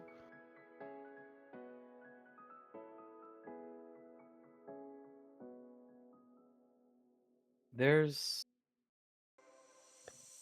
hesitation. Not a long hesitation, but hesitation enough.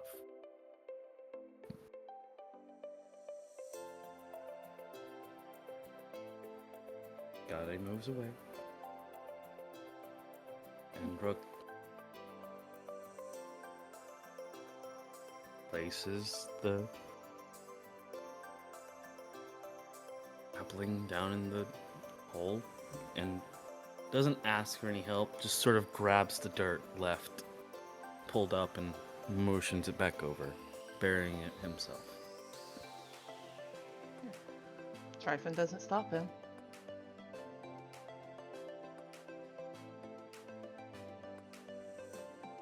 Now what? Now it grows. And maybe eventually someone else can sleep in it, like she did. Maybe. And that's where we'll cut from this group. And go back to our Chaos group. Hey, Chaos group, you guys ready? Are you prepared to fucking die? You guys are the We only were ones already with, fucking dying? y'all are the only ones with actual combat. Please don't fucking die. I cannot prevent this. This is not a thing I can prevent. Funny as The shit. smallest dragon taking a large color. Absolutely hilarious. The I will only attempt time. not to die this day. Sorry, I had to remember the voice. Yeah, take your times. We're gonna do a quick. We're gonna We're take doing a a quick quick fiver because I have to Okay. piss. I'll So spare you guys an go ahead and get Understandable. in your I voice. also have to pee. Yeah. I'll pause Go ahead. recording. And we're good. When we last left off with this group, Orlain had an idea and was rushing off as Dein and Relyn were following suit, I imagine? With a very tired utterance of, "Not again, Orlain." Come on. I have an idea. And then just rushes into the kitchen with a flourish of step. Not Misty Step, just flourish because he's stupid and dramatic and gay.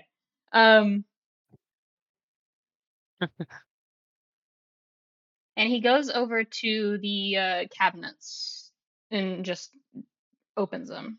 Is there anything still on the shelves? Give me an inves.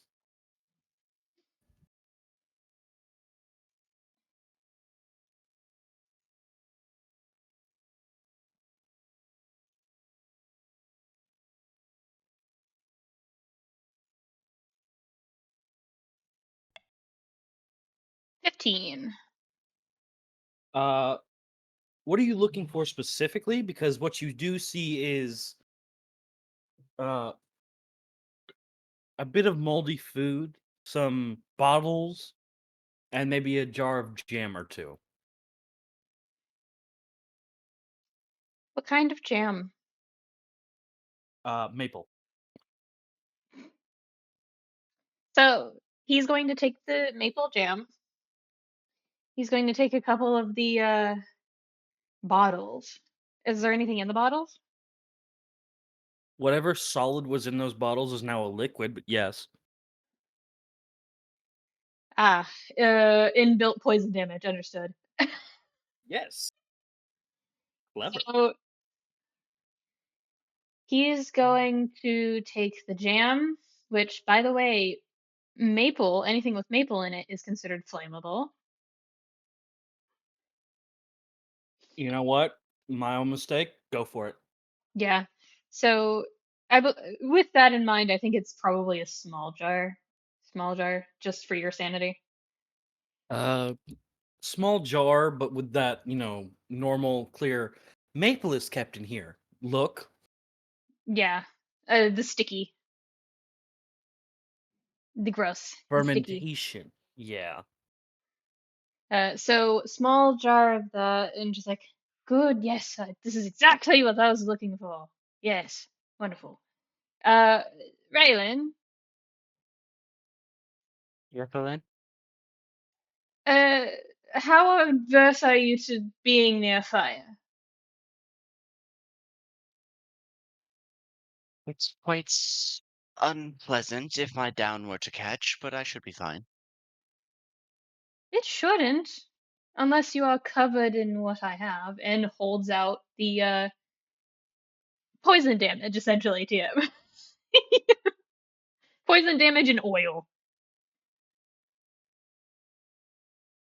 What? Why do you have a jar of jam?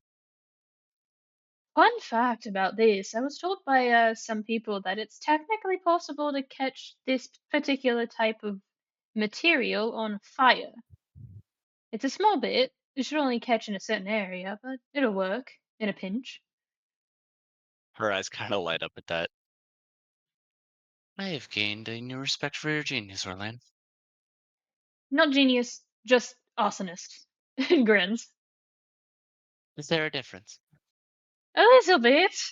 I think my own dad would have a problem with this.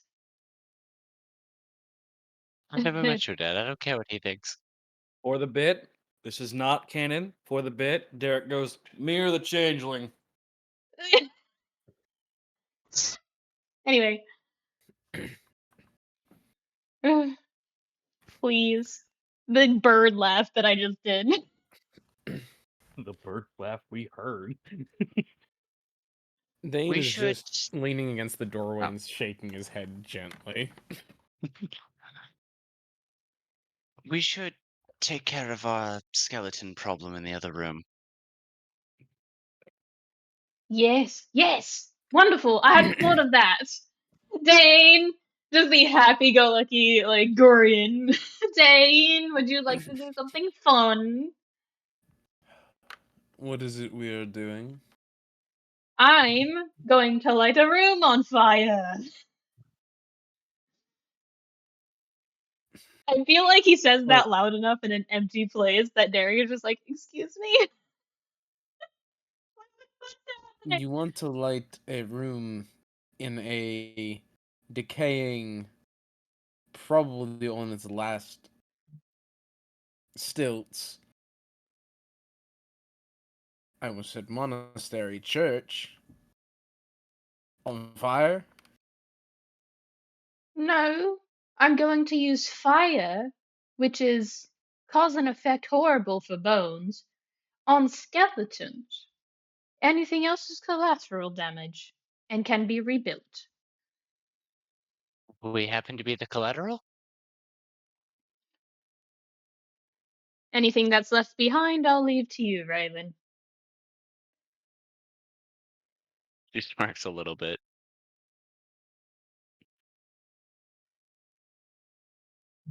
Does that sound alright? Just be careful.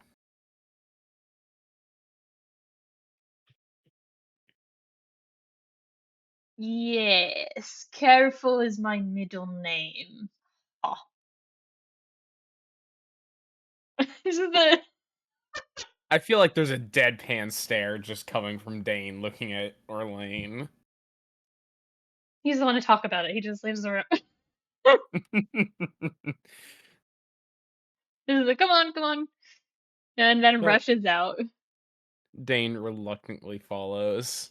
And as he Yufi? like swerves around the corner, he just goes, "Hi, Derek. Bye, Derek."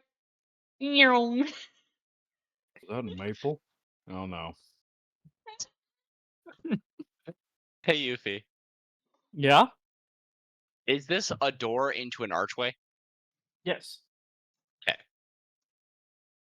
As Orlain comes down the hall, I kind of, or I should say Relyn, because I am Relyn right now.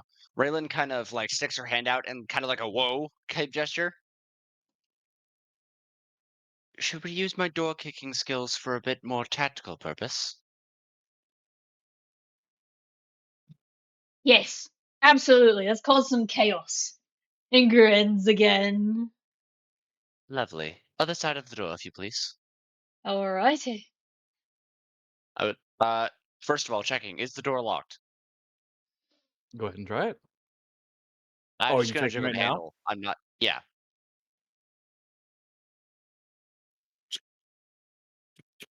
Locked. Oh, lovely. I would like to, wait, how thick is the door? Like, if I wanted to, could I kick it open with enough strength? Investigation. Okay, I will do that. +2.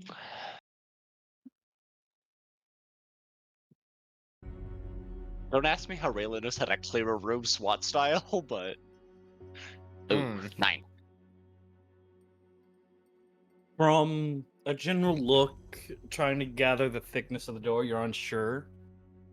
Like, even if you maybe did something further to try and see the density of the wood, you could tell, but as you are now, no idea if it's kickable or not. What am I doing? I have a sword.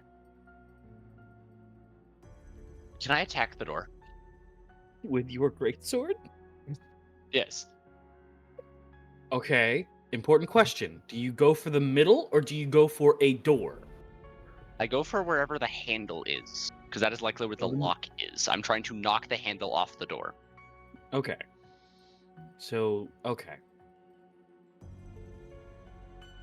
So you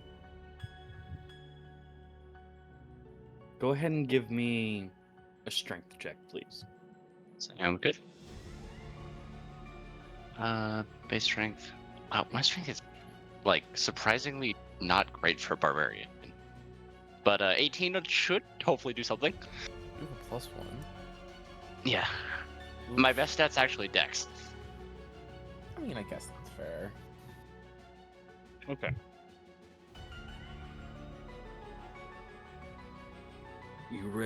Tell me how you knocked the handle off this door. So the idea was, because Makawaddles are usually, from what I've seen, flat on both ends, and then the sides are razored with pieces of obsidian. She's going to use the flat end of the Makawaddle and just bring it down, fucking cricket that style, onto the handle. You raise it up, bring it down, cricket bat style, like swinging towards the door handle or towards the ground? The idea is to knock the handle out of the door, or into it, whichever one happens first. Okay, so into the door. So, because if you go down like towards the ground, you're gonna scrape and catch the blade with the door. So you have to cricket bat it the way that you're thinking. You'd have to hit it directly on the handle itself. So you raise up, handle, pop. One of the door handles goes thunk. Ding, ding, ding, ding, ding. What is the bones I heard earlier? Like, does the rattling stop? Is there any indication that this is a bad idea to open the door? Rattling has ceased to a dead silence. As if cartoonishly, all the rattling in there is staring at the door handle now. Orlain, Yes. I believe Please don't say it. that is our cue. Delightful. Would you like to go first? Fire first, we'll follow. Of course. And he's going to like, oh god, the way that he's thinking right now is horrible. Hate this. Help me. He's going to swing open the door. Shut up. He's going to swing open the door. Go, hello, mates. Welcome to hell, and throw the throw the maple condensed maple jam into the air at first, and when it gets close to like a group of them, in kind of like a 5-7 foot area in the middle of the room. You open the door. You toss. Do you look before you toss, or do you just toss and do all this? I don't think Orlain's thinking about anything, dog. So you toss it to the center of the room. Right. But right here, In the middle. right here, Yep. Orlain I'll isn't even give you a thinking little in his tracks. I'll give you a little bit of that. So it bursts.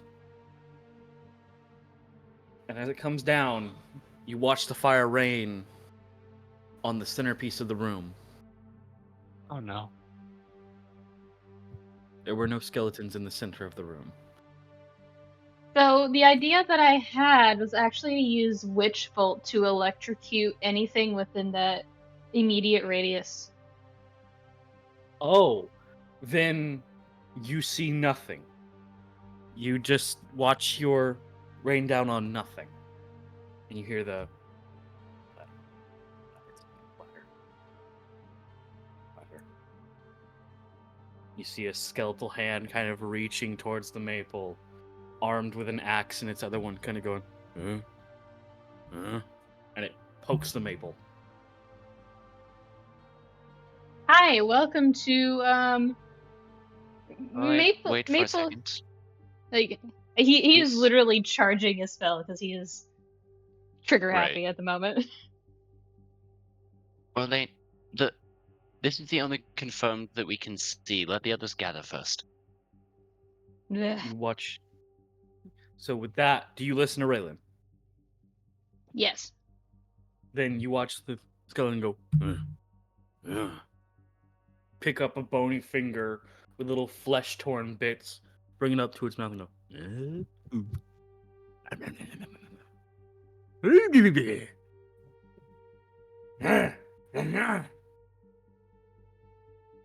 Give me a persuasion check with advantage. Are you sure about that, dog? No advantage then.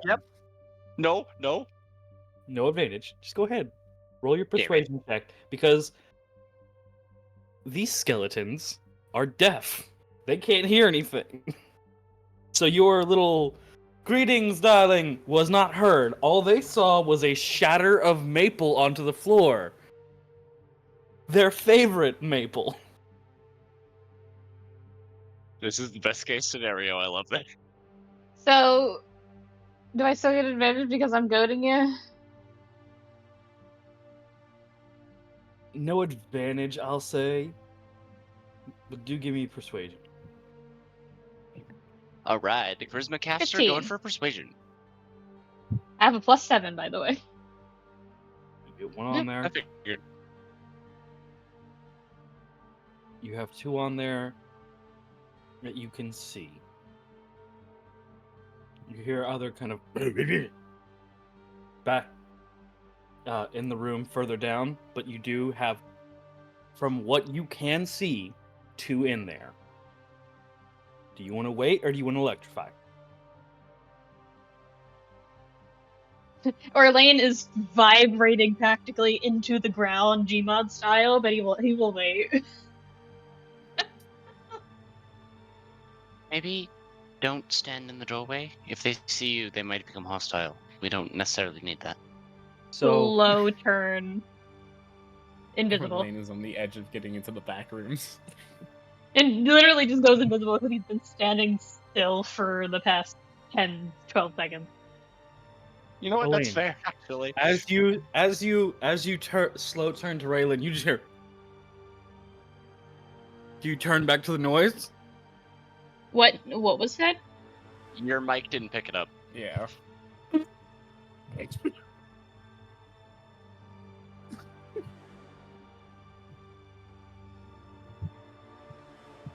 we hear laughter? There- No, you hear. Ah, God damn it! I'm trying to get it picked up.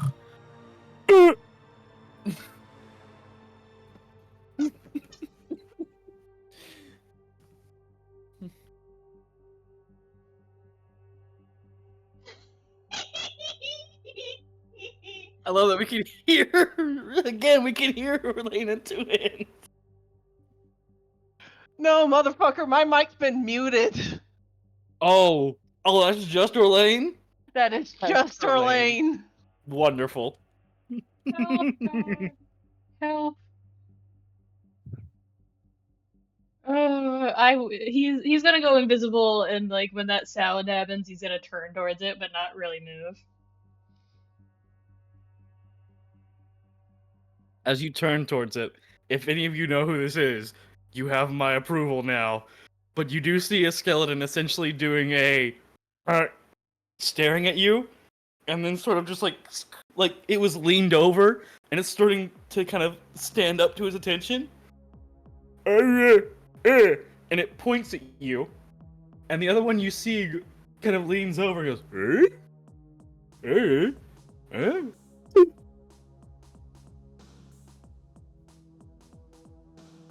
Do you go for it, or do you wait? Because the second one starts to go,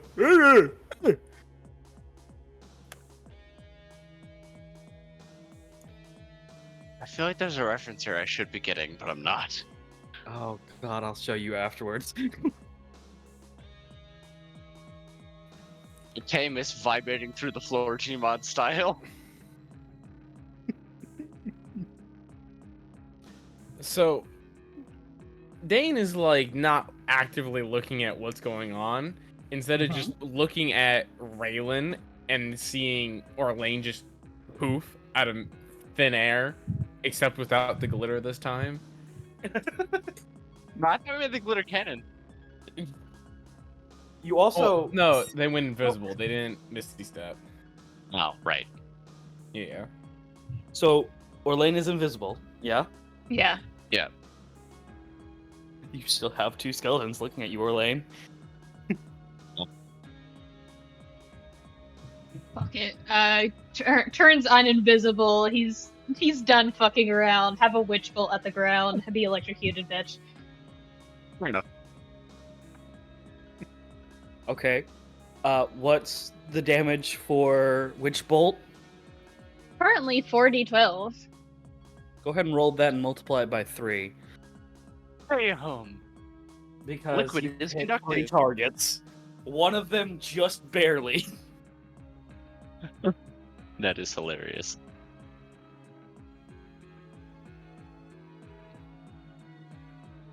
This is a lovely way to start a fight. I approve. 24 times 3. 72? Yep.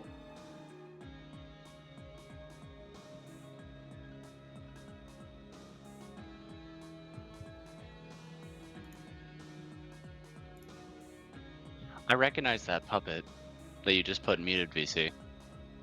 3 of them are dead. Go. Nice. You watch as it Go ahead and describe your witch bolt and what happens to these 3 skeletons, actually.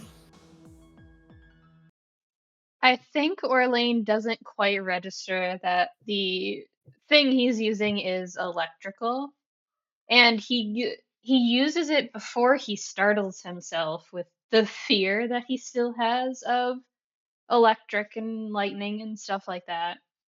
And it's just a fucking, I don't know how to use this. It's close enough to fire, and just shoots off a electrical bolt, and he just startles himself after he casts it, and it just explodes in the liquid. It's almost like he missed on purpose, and he will claim that he missed on purpose to hit the ground. It's just also they saw him jump at his own spell.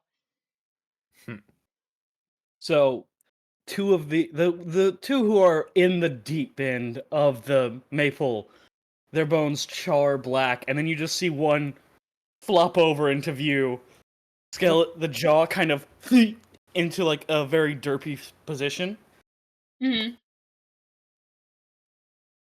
As that area is electrocuted Mm-hmm. for the next, I'll say, IRL minute, if you guys are okay with that. Mm-hmm. It's fair. Okay. Because So, Relyn doesn't care. yeah. Okay. So for the next 52 seconds, that area is electrified, and you still hear rattling in there. By the way. And then just the Thank bow you, of Orlain. after you. Gladly. And the minute she like comes out of the doorway, she's gonna try to sidestep the puddle and then start flying 10 feet into the air. Okay. If the Give ceilings are high me. enough, if they're not, that's fine. I'll say they're high enough for maybe an aerial dash, like a flap of the wing dash. Basically, the idea was And- she just kind of like super jumps via wings over the puddle so she doesn't get shocked Okay. So into go ahead and this give part me. of the room. Okay. Go ahead and give me a dex check. Sounds good. That is actually my best base stat, so I believe in the heart of the cards and the dice, or the gods, the dice. And you're gonna 13. aim for like this area. Yeah, somewhere over here. Okay. Go ahead and that works. Go ahead and land. Okay. Phew. And as you land, you see the other 2 who are staring at you. Oh. Hello, Bony and Uglies. And she's going to. Do I get a chance to attack, or would Rage take my little surprise bit here? If you rage, that'll take your surprise action. But you can attack because Honestly, they're these skeletons baffled. probably. Question for you. From the last session, I got hit like twice. Do I still have those charges? Yes. Okay, then this first skeleton's gonna get a Makawaddle to the face with 2 charges tacked on. Okay. Dein, by the way, this is DM reminding you, it's been an IRL minute. That is safe maple now. You can absolutely Oh, I was just gonna have, while the maple was electrocuted, Dein was just gonna pop his head in, look to either side to see where the skeletons and stuff were, before just jumping in. Yeah. So you watch Relyn jump and you go like look to the left first. Hey man, you gotta check for these. Never mind. So there's no one, what was it, over here? No, there's nothing. Okay. The only 2 that were over here were these 2. Mm-hmm. It was 2 over here, 3 over here. But 3 of them were 2. This one wasn't trying to stand in the maple, but it was leaned up against this door for a surprise attack, and it was in the maple. So these 2 failed a silent wisdom check, so they were like, "Ooh, maple!" Hey, Relyn. That's not gonna hit. Yeah. Well, I have 2 of those pro attack actions, so I'm gonna do it again. All right, go for it. How's that suit your fancy? That suits my fancy pretty well. That hits. Cool. With the charges, that is 4d6 plus 1. Okay, go ahead and roll. That is 13 damage. Are you shitting me? That is an exact health. Can I describe this one? Yeah, go ahead. So Relyn, after very much like as she walks by Orlain, she gives her a little bow of like, or him, sorry, a little bow of like very much thank It you. doesn't matter. It doesn't matter. It's Orlain. It doesn't matter. I know, but I like to be correct. Then she walks in, dashes over the puddle, looks to a skeleton. Hello, Bony and Ugly. And she literally, like, I keep saying cricket batting. She literally just boom the head off. With a little pulse of energy as a charge, as she expends the charges. Orlain's gonna lay on the So- ground. It's okay. You guys got this. So I will. Time. Yeah. I will have to ask politely for Dane to kind of move back to around this area, please. Because after seeing his buddy get fucking demolished in one movement with a surprise attack, this one right here, draws its bow and it's like, and it's this is What where I was ask that? everyone. It's making the same noise that they all make. Gotcha. It's Roll initiative? huh? Yeah, Initiative? Go ahead and roll initiative. Okay. God. Orlain, are you opting out of initiative? He's having the warlock struggles, if you know what I mean. Relyn got another 22. I got Dane 18. got an 18. So, yeah, this one is, Relyn, you will not go first. Dane will go first, actually, since you got your surprise action and I basically was gonna surprise round say, attack. even if I did go first, she was going to hold her action for him anyway. Very understandable. Very fair. Very demure. Dane, No. what you up to, bro? God. What you doing? This thing kind of draws its bow like, "Ah!" It is like trying to draw back an arrow. I would assume the first thing Dane would do is disarm it. So it basically just, I'm gonna throw a couple punches at it. Okay. So basically, take the bow, start beating with it. So, okay. So you're going to take the Bonk. bow. Yeah, gonna exactly. throw Just go and bonk start- with it. Okay. So we're going to have an opposing strength check then. Oh, God. It's not that hard. Go ahead and roll. 14. You win. It rolled a 5. It has a Skeleton modifier of strength. 0, and it rolled a 5. The late Merle High Skeletons Church aren't rolls very a strong. 5. So, Dane, what happens is you grab the bow, rip it out of its hand, thus taking its skeletal hands with you, and you hear, "Ugh." Okay, what's your Need a next hand, action? buddy? Oh, Whack! Oh, damn. you mother. Okay, yeah, fuck you. No, you should not do that. No, absolutely not. Oh my god, the whole group just popped off for no reason. That was amazing. So, do you have any more actions? No? Yes? Yeah, I should have one more attack, and then I have my bonus action attack. You already don't- used an action to disarm it, and then an Oh, action to okay. attack it. So you have your bonus I action. have my bonus action. Yeah. Might as well flurry of blows then. Why Oh, not? thank. You Cool. have to hit with a unarmed strike for that to work. Yeah, I know. Sorry, the rules later. Well, no, I already hit it with an unarmed. Wait, No, I already you didn't. threw an unarmed attack. Yeah. You have to Jesus. hit with it. You need to land. Fuck.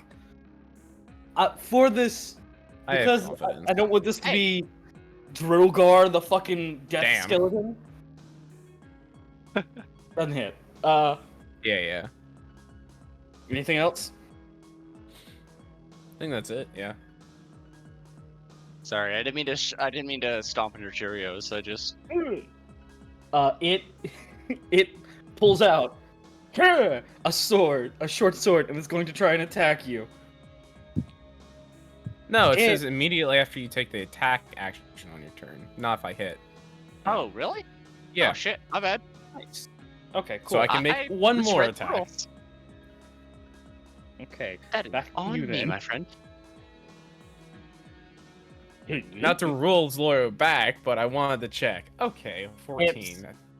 Thank God. Holy. No, it has one hand. And that's bludgeoning damage, so it should be doubled, right? Because it's a skeleton.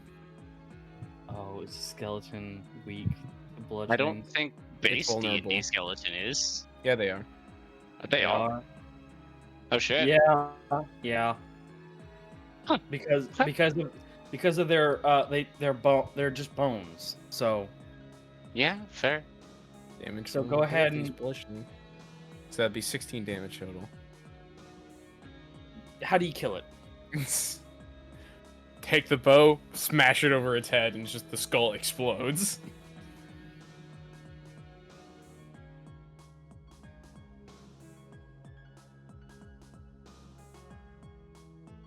And there's initiative.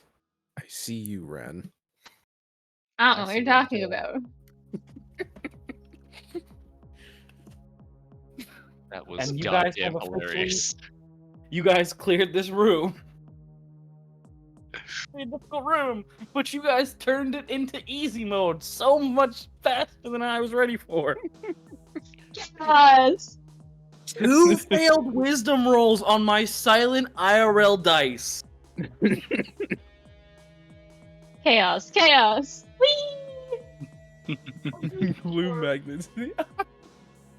Orlain's going to walk out, stepping through the maple and hoping not a lot of it gets on her shoes. For And then my you're own just away. karmic justice, Relyn, give me a dex save. Sound good. A dex save. Oh, I'm not Yes. as good at this. It's only a base. You Oh, should have well. advantage on it because you're barbarian, right? Only if it's against an effect I can see, Your shoes Which now is- have maple on them. which this doesn't really count. I guess. There's no real It's- consequence. yeah. Your shoes are just now sticky. Relyn is mildly disappointed. She's going to, is she? No. A modest lady never shows her ankles. What the fuck? I was going to suggest she takes her shoes off to reveal that she has talons, and Oh, therefore good doesn't God. technically even need them. However, a proper lady never shows her ankles. So Scandalous. This gets better and worse by the second. Please. That's not a question to ask, Yufi. That's a bad idea. Don't ask that. ask it. Are talons toes or nails? Please. Yes. Don't you Talons are yes? toenails because they grow So- off of regular. So what's the the actual flesh of a talon is just a toe flesh, but a little bit weird because it's Stop a bird. saying The it like talons that. the talons themselves are nails. I need you to think about what you say before you say it for like once in your life, Mike. No. Never Why? change. All I said was toe flesh. Stop! I'll stop. Say it again. No. I've been told to stop twice. That is the most I'm allowed. So what's Orlain in is the room? looking away. Hold To the door. on. What's that name? What's Orlain, in stop the moving. room?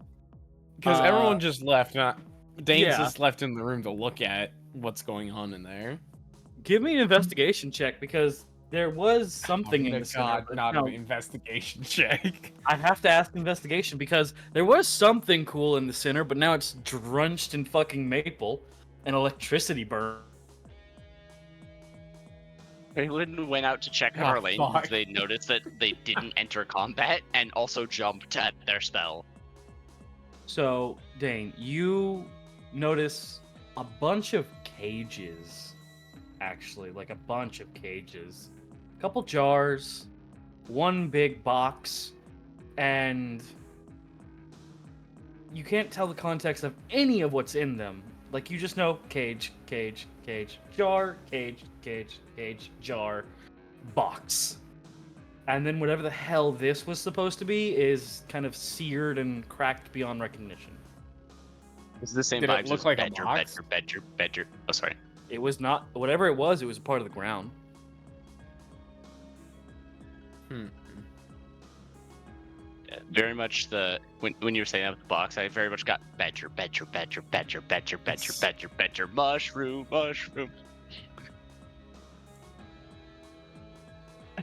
Yes.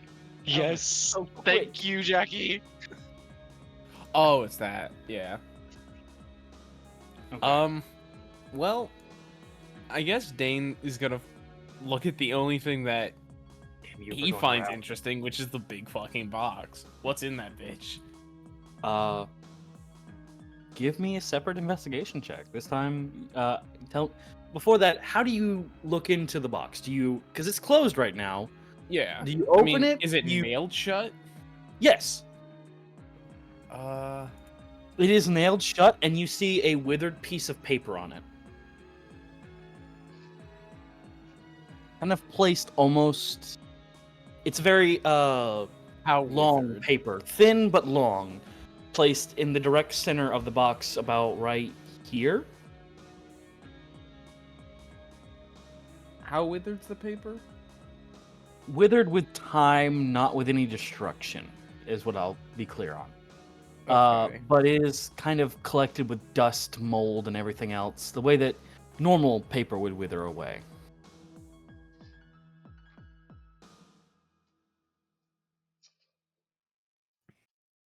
So before I do anything stupid with this box, Okay. Dein is gonna pull out the memory shard. Oh. Okay.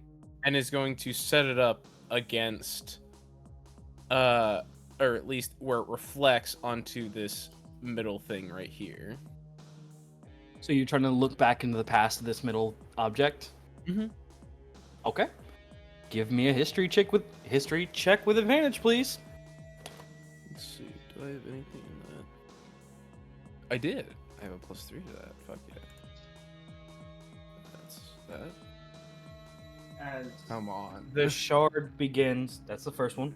You need 2 rolls. It's with Oh. advantage, Dane. Thank you. That's A little the better bit one. better. Yeah. So with 15, you kind of set it up as the magic kind of pours out, surrounding the room as you kind of watch these guards stand back.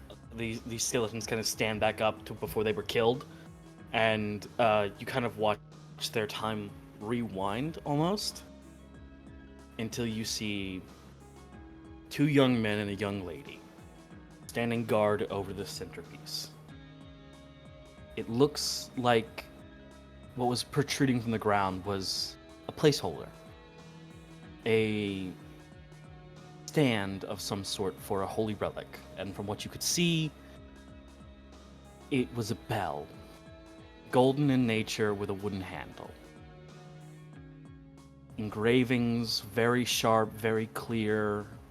The bell itself was about a foot's length wide and half an arm's length tall, and the wooden handle itself was not made for human.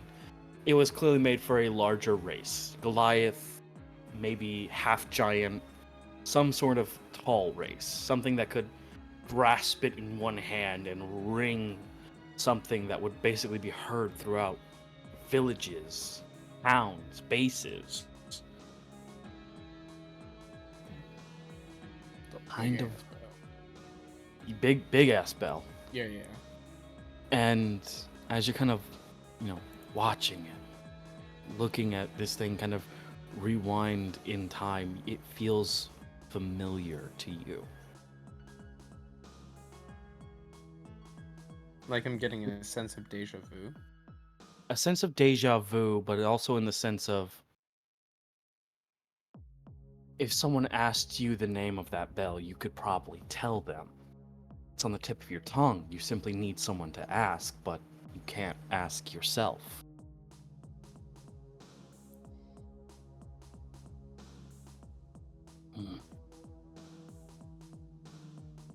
Danger's gonna I'm gonna sit there and stare at it for a little bit. Just kind of watch the scene play out, like if there's any interaction between the people or anything, while Relyn and Orlain do their other thing. Okay. We'll check in with Relyn and Orlain, and then after that, I have an idea. I need to work on it though, real quick. Double check some things. Relyn, Orlain, what are you doing? Relyn went out having noticed Orlain absent from the battle and noticed they're like jumping from the lightning thing. If only a little bit. Her passive perception is not amazing. Mm-hmm. And she kind of comes out just to check on Orlain because Orlain doesn't seem like one to shy away from battle, even in their squishy state. Orlain looks disheveled a little bit, like their own spell ability is diminished, and they've gotten tired.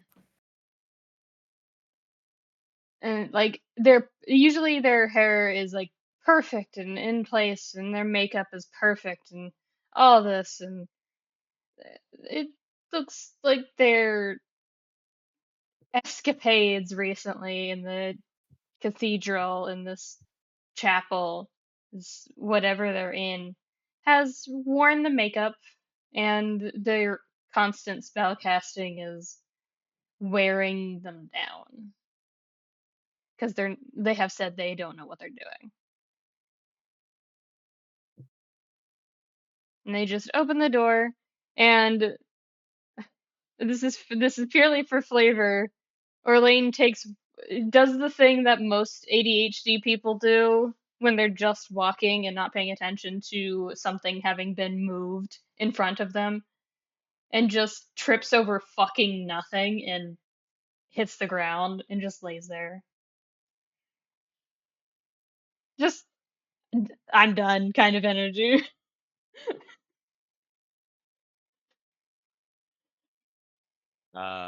So she's kind of laying, looking out of the door.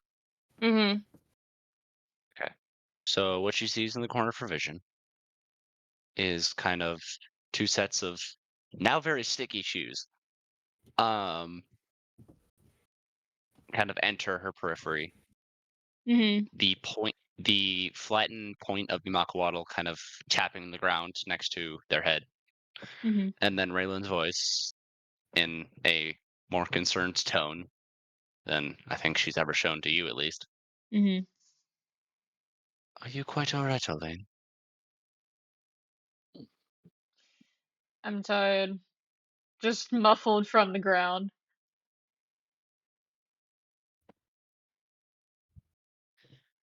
Tired how?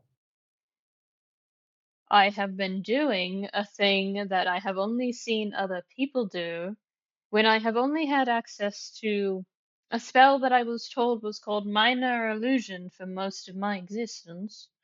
So, color me exhausted. I also don't like electricity.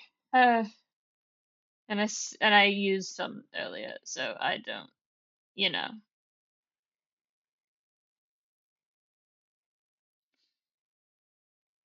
Unseen shrug from Raylan. She doesn't know, but she's willing to let you just ramble on. Orlain's going to cautiously stand up, wobble a little bit, like teetering as if going to fall again. And then just steps forward.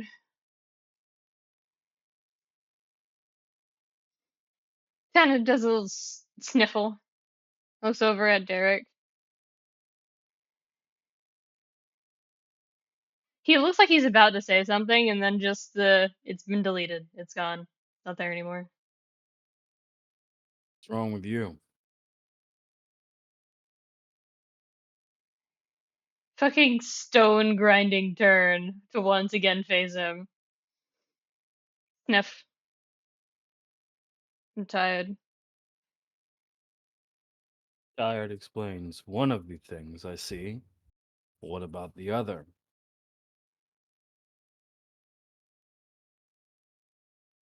Loading. Relyn's going to take this opportunity to turn around and walk away, giving them their privacy. He's actually just going to go back in on Dein because he had not emerged. That is And our next more dex saves, please.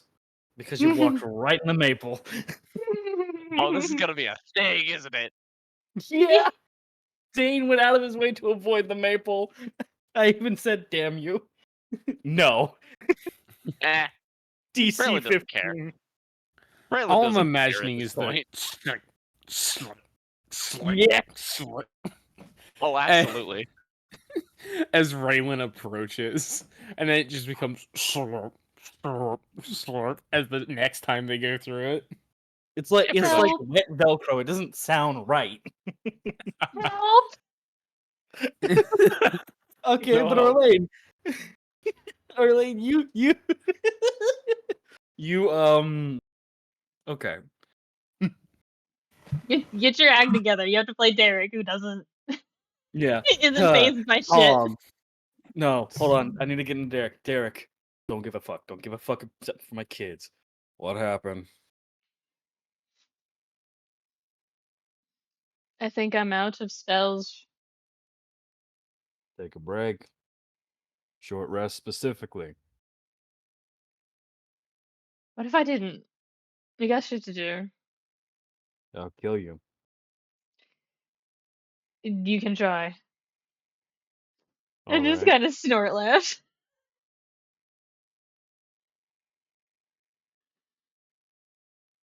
He walks over to you. Come here. Picks you up. God. Then just the why? Come on. Shut up. Sets down on there. Goes back to leaning against the door. So, what happened? Had an idea. Yeah? I think it turned out okay. Yeah. I used a spell that I don't recognize. And how'd that go? Awful. Well, good, but awful. Kind of, uh, and he pauses, not wanting to say it at first, and he goes, kind of mutters, scared myself for a bit. How'd you do that? It was lightning based. You're scared of lightning? Yes. Why? And he frowns, kind of not wanting to think about it, but he brought up the subject like an asshole. He's just like, I fucked myself over kind of energy in his eyes right now. And he just shrugs.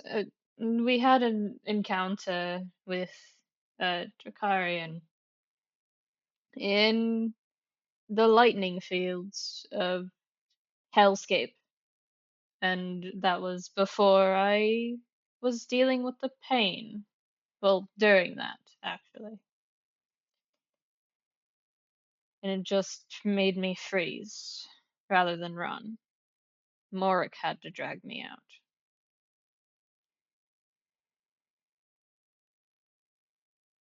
And then just kind of holds up his hands in that measure of like it's hard. Like,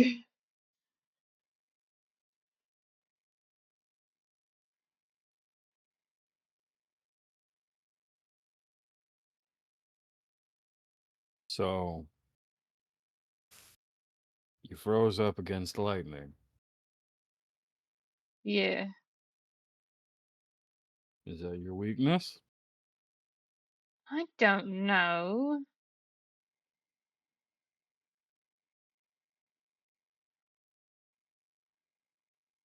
I would like it not to be, but currently I can't really do anything about a fear. I just don't even Fear like is the fact only that as I'm strong as you allow it to be. well, it's pretty fucking strong right now, Derek. Then take its strength away.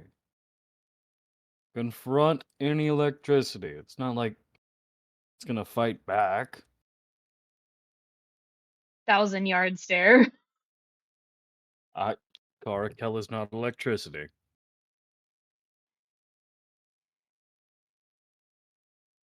Okay, but listen, Mm-hmm. he uses it constantly. That's because he is a being made up. Okay, so Caracal is an electrical Jakarian. A Jakarian made of electricity and lightning specifically are essentially lightning rods that have brain cells. Doesn't help that his Jakarian form is very bird-like, making him more or less a thunderbird. But I'm sorry, still, my brain went to Zapdos. you shush. Yeah, and you're My collecting brain went fucking to Entei, the bud. Mayan. No, My brain went to Mayan mythology. please. You would not just That's say that to me. yeah, I did. What are you gonna do about it, pussy? Fuck you. We're brawling after session, dude. Caracal is Zapdos. Morik is Entei. Not like this, please. I'm not like this. wrong. I'm not strong enough. Wouldn't the Tricarian that is, Oh, since they're somewhat Dragonite, wouldn't they be Moltres? help? No.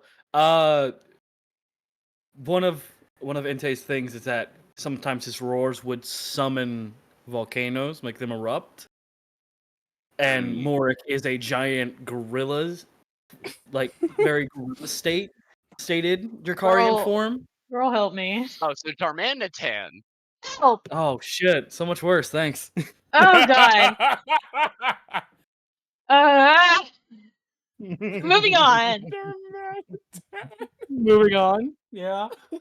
What does Derek have to say about this shit? Don't blame the caster for the elements issue.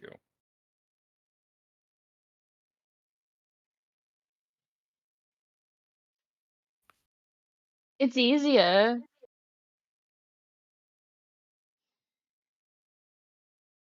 I don't get to do easy Oh. things. Can I just have an easy thing for once, Derek? Sure. Do you want a potion?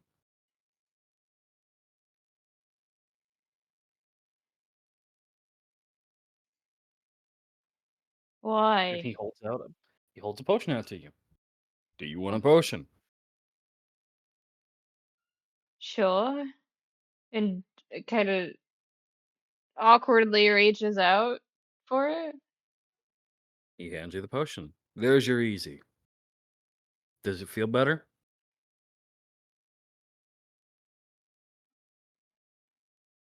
I don't feel anything. It's a potion.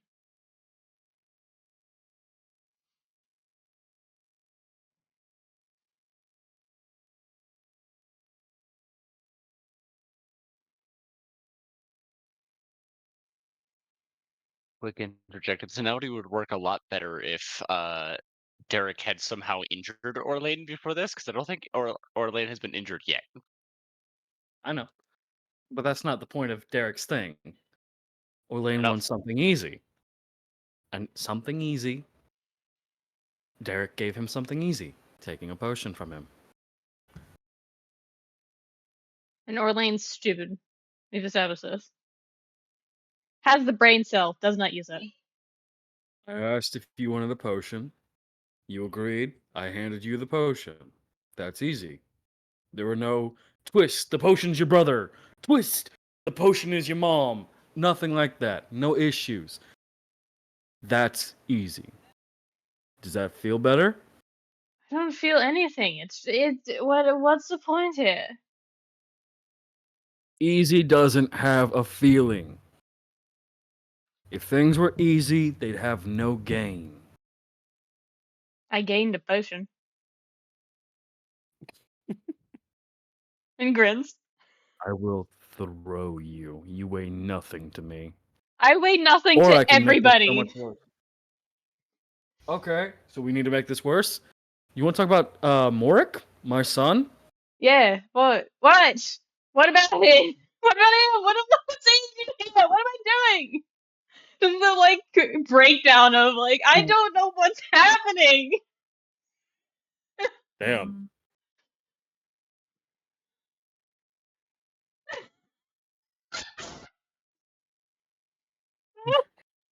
That was a cherry cackle. I know that anywhere. No, that was Rin. They're very rare, but they occur. Jesus. Orlain just kind of slumps in his seat, and he's like, can I not, can this, I don't mind talking about And Morg. what do you Morg's not want the issue. to... Morg isn't an issue. No. Caracal is. Ugh. I, Why are you afraid of Caracal and not Morg? Is it just the element? Is it the fact that he did it? I don't know. Just dragged his You hands down his do. face. Yes, you do. You just don't know how to convey it. So, what do you feel?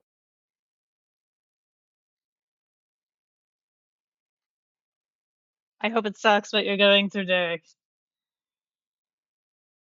My wife's dead, my son's abroad, and my other one doesn't talk to me that much. It is. Can you please take a joke for once? No, that was Granny's job. Stop it!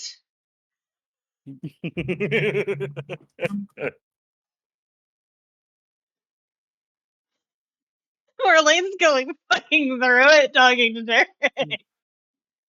without changing tone, expression, or anything, Derek goes, "Got him." No. Just the fucking takes off one of his handkerchiefs and just fucking throws it at him. So fuck you! Grabs his now. Damn it. Knife etiquette. Yeah.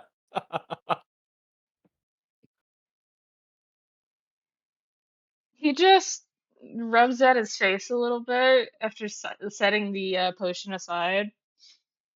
He's, okay, so the point of your talk here with me, after I mentioned my fear of lightning, Yeah. is to figure out Is to why. is to discover the source of your fear. Because it's not Karko. You have no issues with him. If you had an issue with him, you'd be afraid of Morik or any other Drakarian that comes your way. They're fucking terrifying if you think about it. But you're not afraid of Morik. Special as he is, circumstance-wise, you are not the kind of person that lets special circumstance change his view on a group. So, Kind of like that supposed goddess they met. what? I was told by the others, in gestures back towards the entrance, with one hand. I was told by the others that they met a supposedly friendly goddess. Like, does a little dance of, like, supposedly friendly goddess. I don't believe the shit that they say because it doesn't make any sense. I'm coming back with you to your camp after this. Why? We're What gonna- am I saying? Like, You said your group met a goddess that's supposedly nice. Do you know that's about as rare as diamonds in the ocean?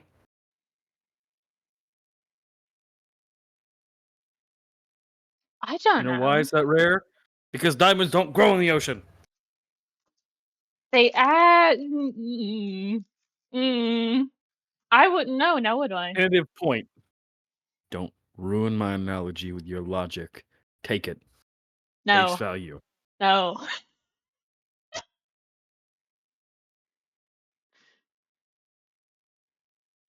I feel like Orlain says no and then just straight up lets out a fucking bird cackle.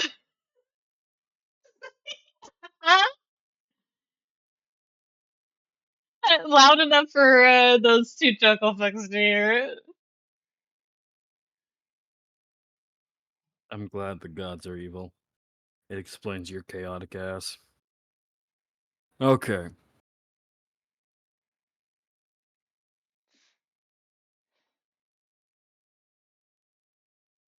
So, what's with the lightning? Because we're not leaving. You're not leaving this spot until you tell me. And Derek sees like very clearly the mischief in the eyes of a challenge. Like in the same sense of a child. He gives you a deadpan look, completely unreadable. Great. Or Orlain's not gonna try, but it's just a mischievous glint of, oh, you have given me a challenge. I should run from you. Just for the fun of it. And he just kind of chuckles under his breath and shakes his head. Um,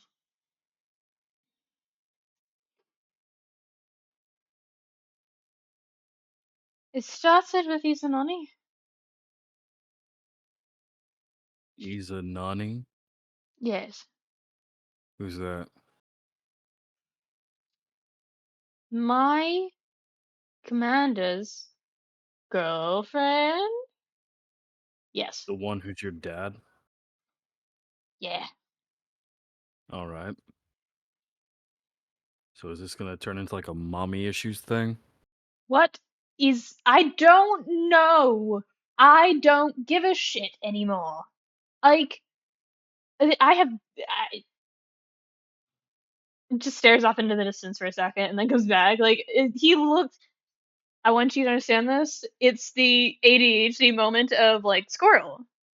I hate it here. I want to die. What was I talking about? He's unmedicated and having a manic episode. Like, that's what's happening. And he's just like, I don't really give a shit about if they're dating or not. Not anymore. It was mostly a bit.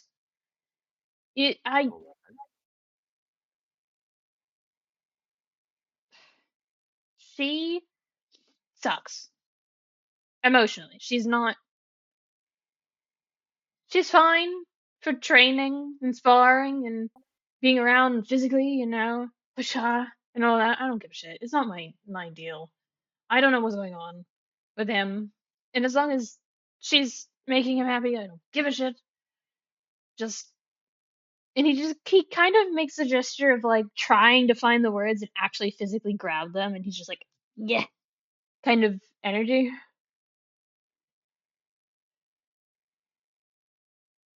Mm. Alright. So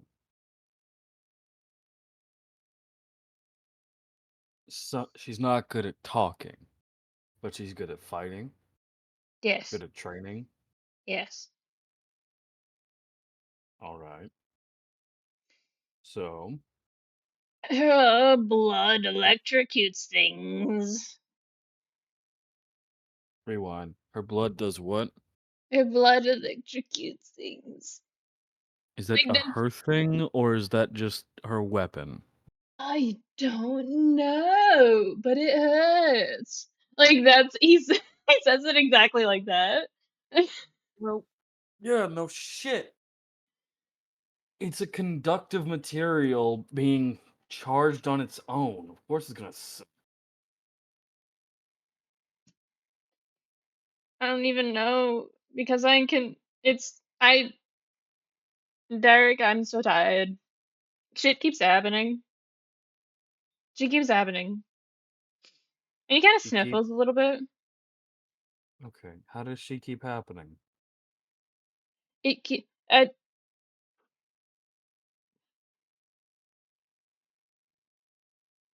I wake up every day completely ready to die. I don't want to. It's just a thing that will probably happen at some point. I just have to accept that fact. Because I keep pissing off the wrong people. Like, I don't even try.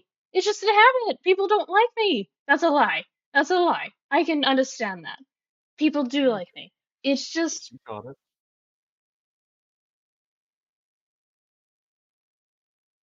And he just kind of holds his face in his hands of just, I'm tired. Then rest. You have no spells. We can't do Fine. shit without spells. It's fine. I can go. It's fine. Orlain, sit the fuck down. I have not moved. Alright. Stay sitting the fuck down. You're gonna sit here until your spells are back. He is miserable, dog. He had a rant and he feels worse. Because he doesn't want to dump that on on Derek. He feels so bad. Family, kid. Suffer. You dump things on each other. No, no.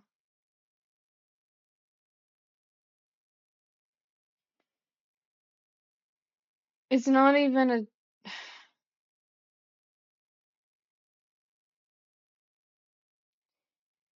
The first time I met Jack, Hmm? I know by now. By now, it took me a while, but by now I realized it's not my fault that he took interest in our group. It is, however, my fault for causing it to be worse. Because I spat at his feet with blood and basically told him to get fucked. So, Clearly that man might enjoy it, but we're gonna go off.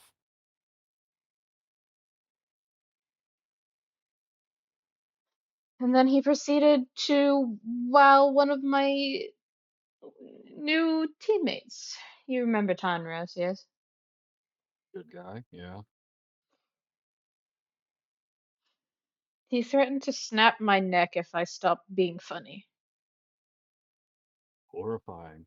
Yeah, He's a villain. he's something.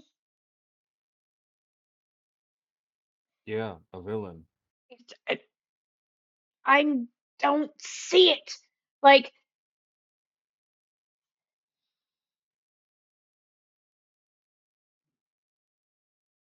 I want you guys to understand this manic episode from Orlain is genuinely putting me through the ringer, dog.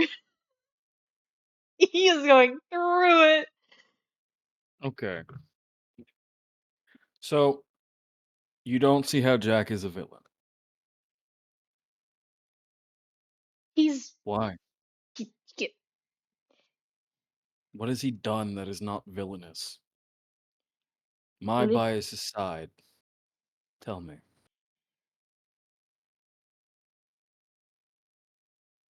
and he just balls up a fist, reaches out as if to like cast something, then just gestures vaguely at the other wall and goes, "Listened. I hate it. I don't like it. But he has listened. He's let me take out frustrations on him. I don't know if he does it on purpose, but he's done it. He's listened. No one else does. Before now. Do they need to listen? I would like for a second to be heard. I listen to everyone else. I hear everyone else. I pay attention to everyone else, but it feels like I don't get the same in return. Have you told anyone? I've told Noctis. Mm-hmm. Who else? Have you ever seen a man try to melt into the fucking floor of like realizing he's fucked up? Just the mm-mm. I don't mm-mm.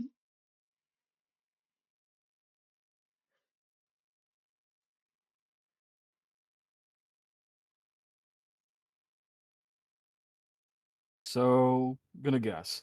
You've only told Noctis. Perhaps. Orlain, Yeah. to be a team is to communicate. Have you communicated with them as much as they've done with you? No. Then go change that. You are the only one stopping you from being heard. If people want the better, remember? As far as I can see, they want to stay. Two of these you haven't even known Relyn a week, and they're here in a building, a haunted, possessed chapel with you.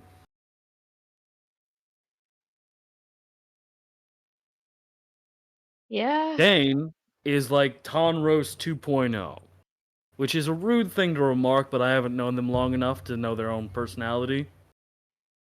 Working on that myself. Listen, Dane is about as bad as me on his good days. On his bad days, he doesn't say shit. Doesn't change the fact that I told you to bring the bird. I told you to come yourself. But if everyone you were traveling with, you left behind the person you called your best friend, someone you've been with since the start, and you chose Dein out of Tryphon and Dein as an option. If that don't speak volumes for who you hold trust for, I don't know what does. Now, take a short rest. We'll tackle the lightning thing eventually. Alright? Yeah. He's literally just going to set the potion on the floor in front of him and just miserably lay down. Just I'm tired. I don't. I'm exhausted.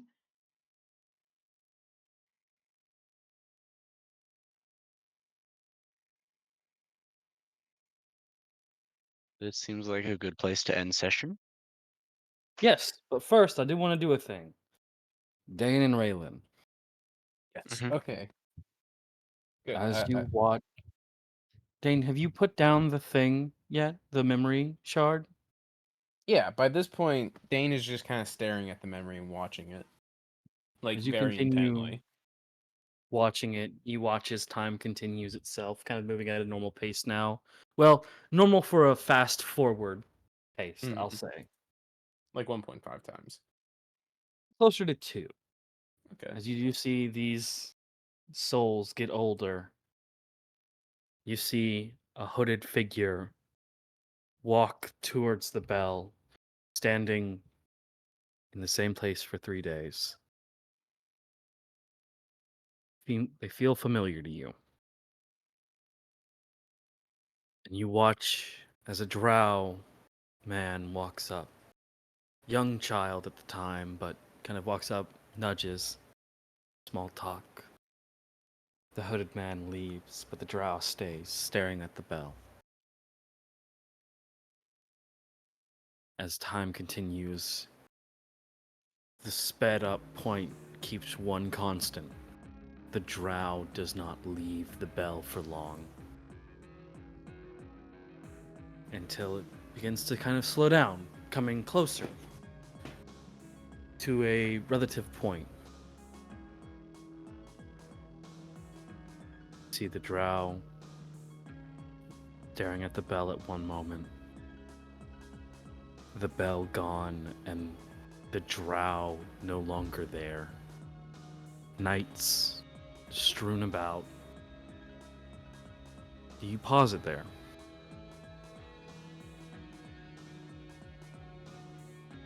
Momentarily, yeah. I feel like Dane would basically would like to look at it. Basically, actually inspect what happened. You rewind, I imagine, to the point that you're looking for, Mm-hmm. and you see, moment by moment, this elderly drow staring at this bell. You watch as their fist curls. They look away. angered, but not for long. As they reel a hand back and shatter the glass protecting the bell and grab for it. You take offense to this action as this drow grabs the bell and rips it from its sacred placement. Knights come. The drow moves behind the podium, holding out its hand as this fire forms and flings off. You hear metal clashing, fire being slung, and some of the knights that you see that are the skeletons you handled, you watch fall. One of them suffering from their breastplate being turned into heated metal. Another having caught a loose dagger in the eye. And the more that this continues, the more you kind of see something. Immediate retching curling from the drow as the bell tolls.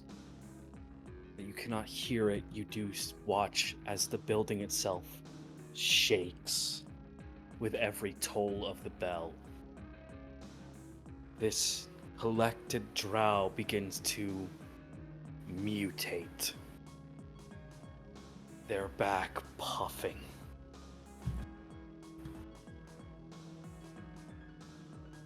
They're back puffing and puffing as more tolls begin to strike, as if every toll for every death in this building is being accounted for now that the bell has been freed from its containment.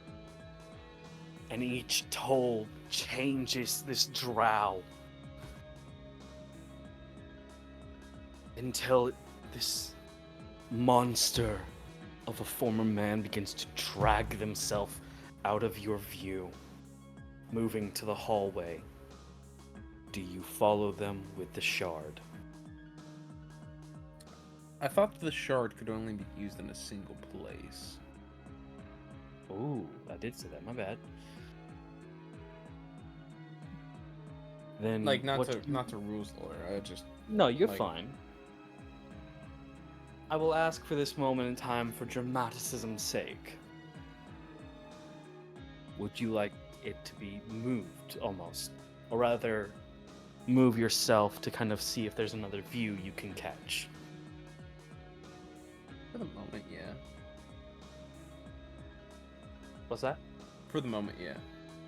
Okay, do you move yourself or do you move the shard? I think he'll try to move the shard. Because he's kind of Careful. invested at this point. Really, just like... Careful What? as a mouse's breath, you move the shard. Everything that the vision... You're not supposed to move the shard. It's supposed to keep in one area, but... Your magic and innate sense of arcana flowing through this shard, you are able to move it a bit. Move to the hallway. From your point of view, as both you and Relyn watch a hulking beast with now two sets of arms and white fur atop its back stammer into the hallway, dragging its now clawed large hands against the wall. And as that ends, you watch the shard lose power. It's had its use for the day, and as it does, you see that deep claw mark still there.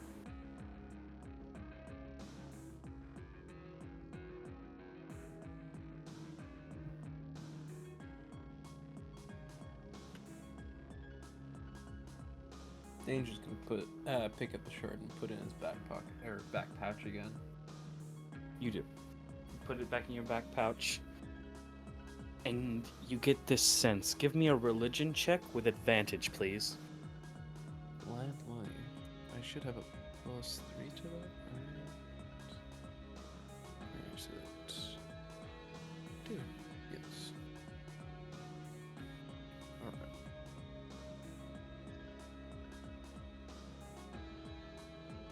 said with advantage? Yes.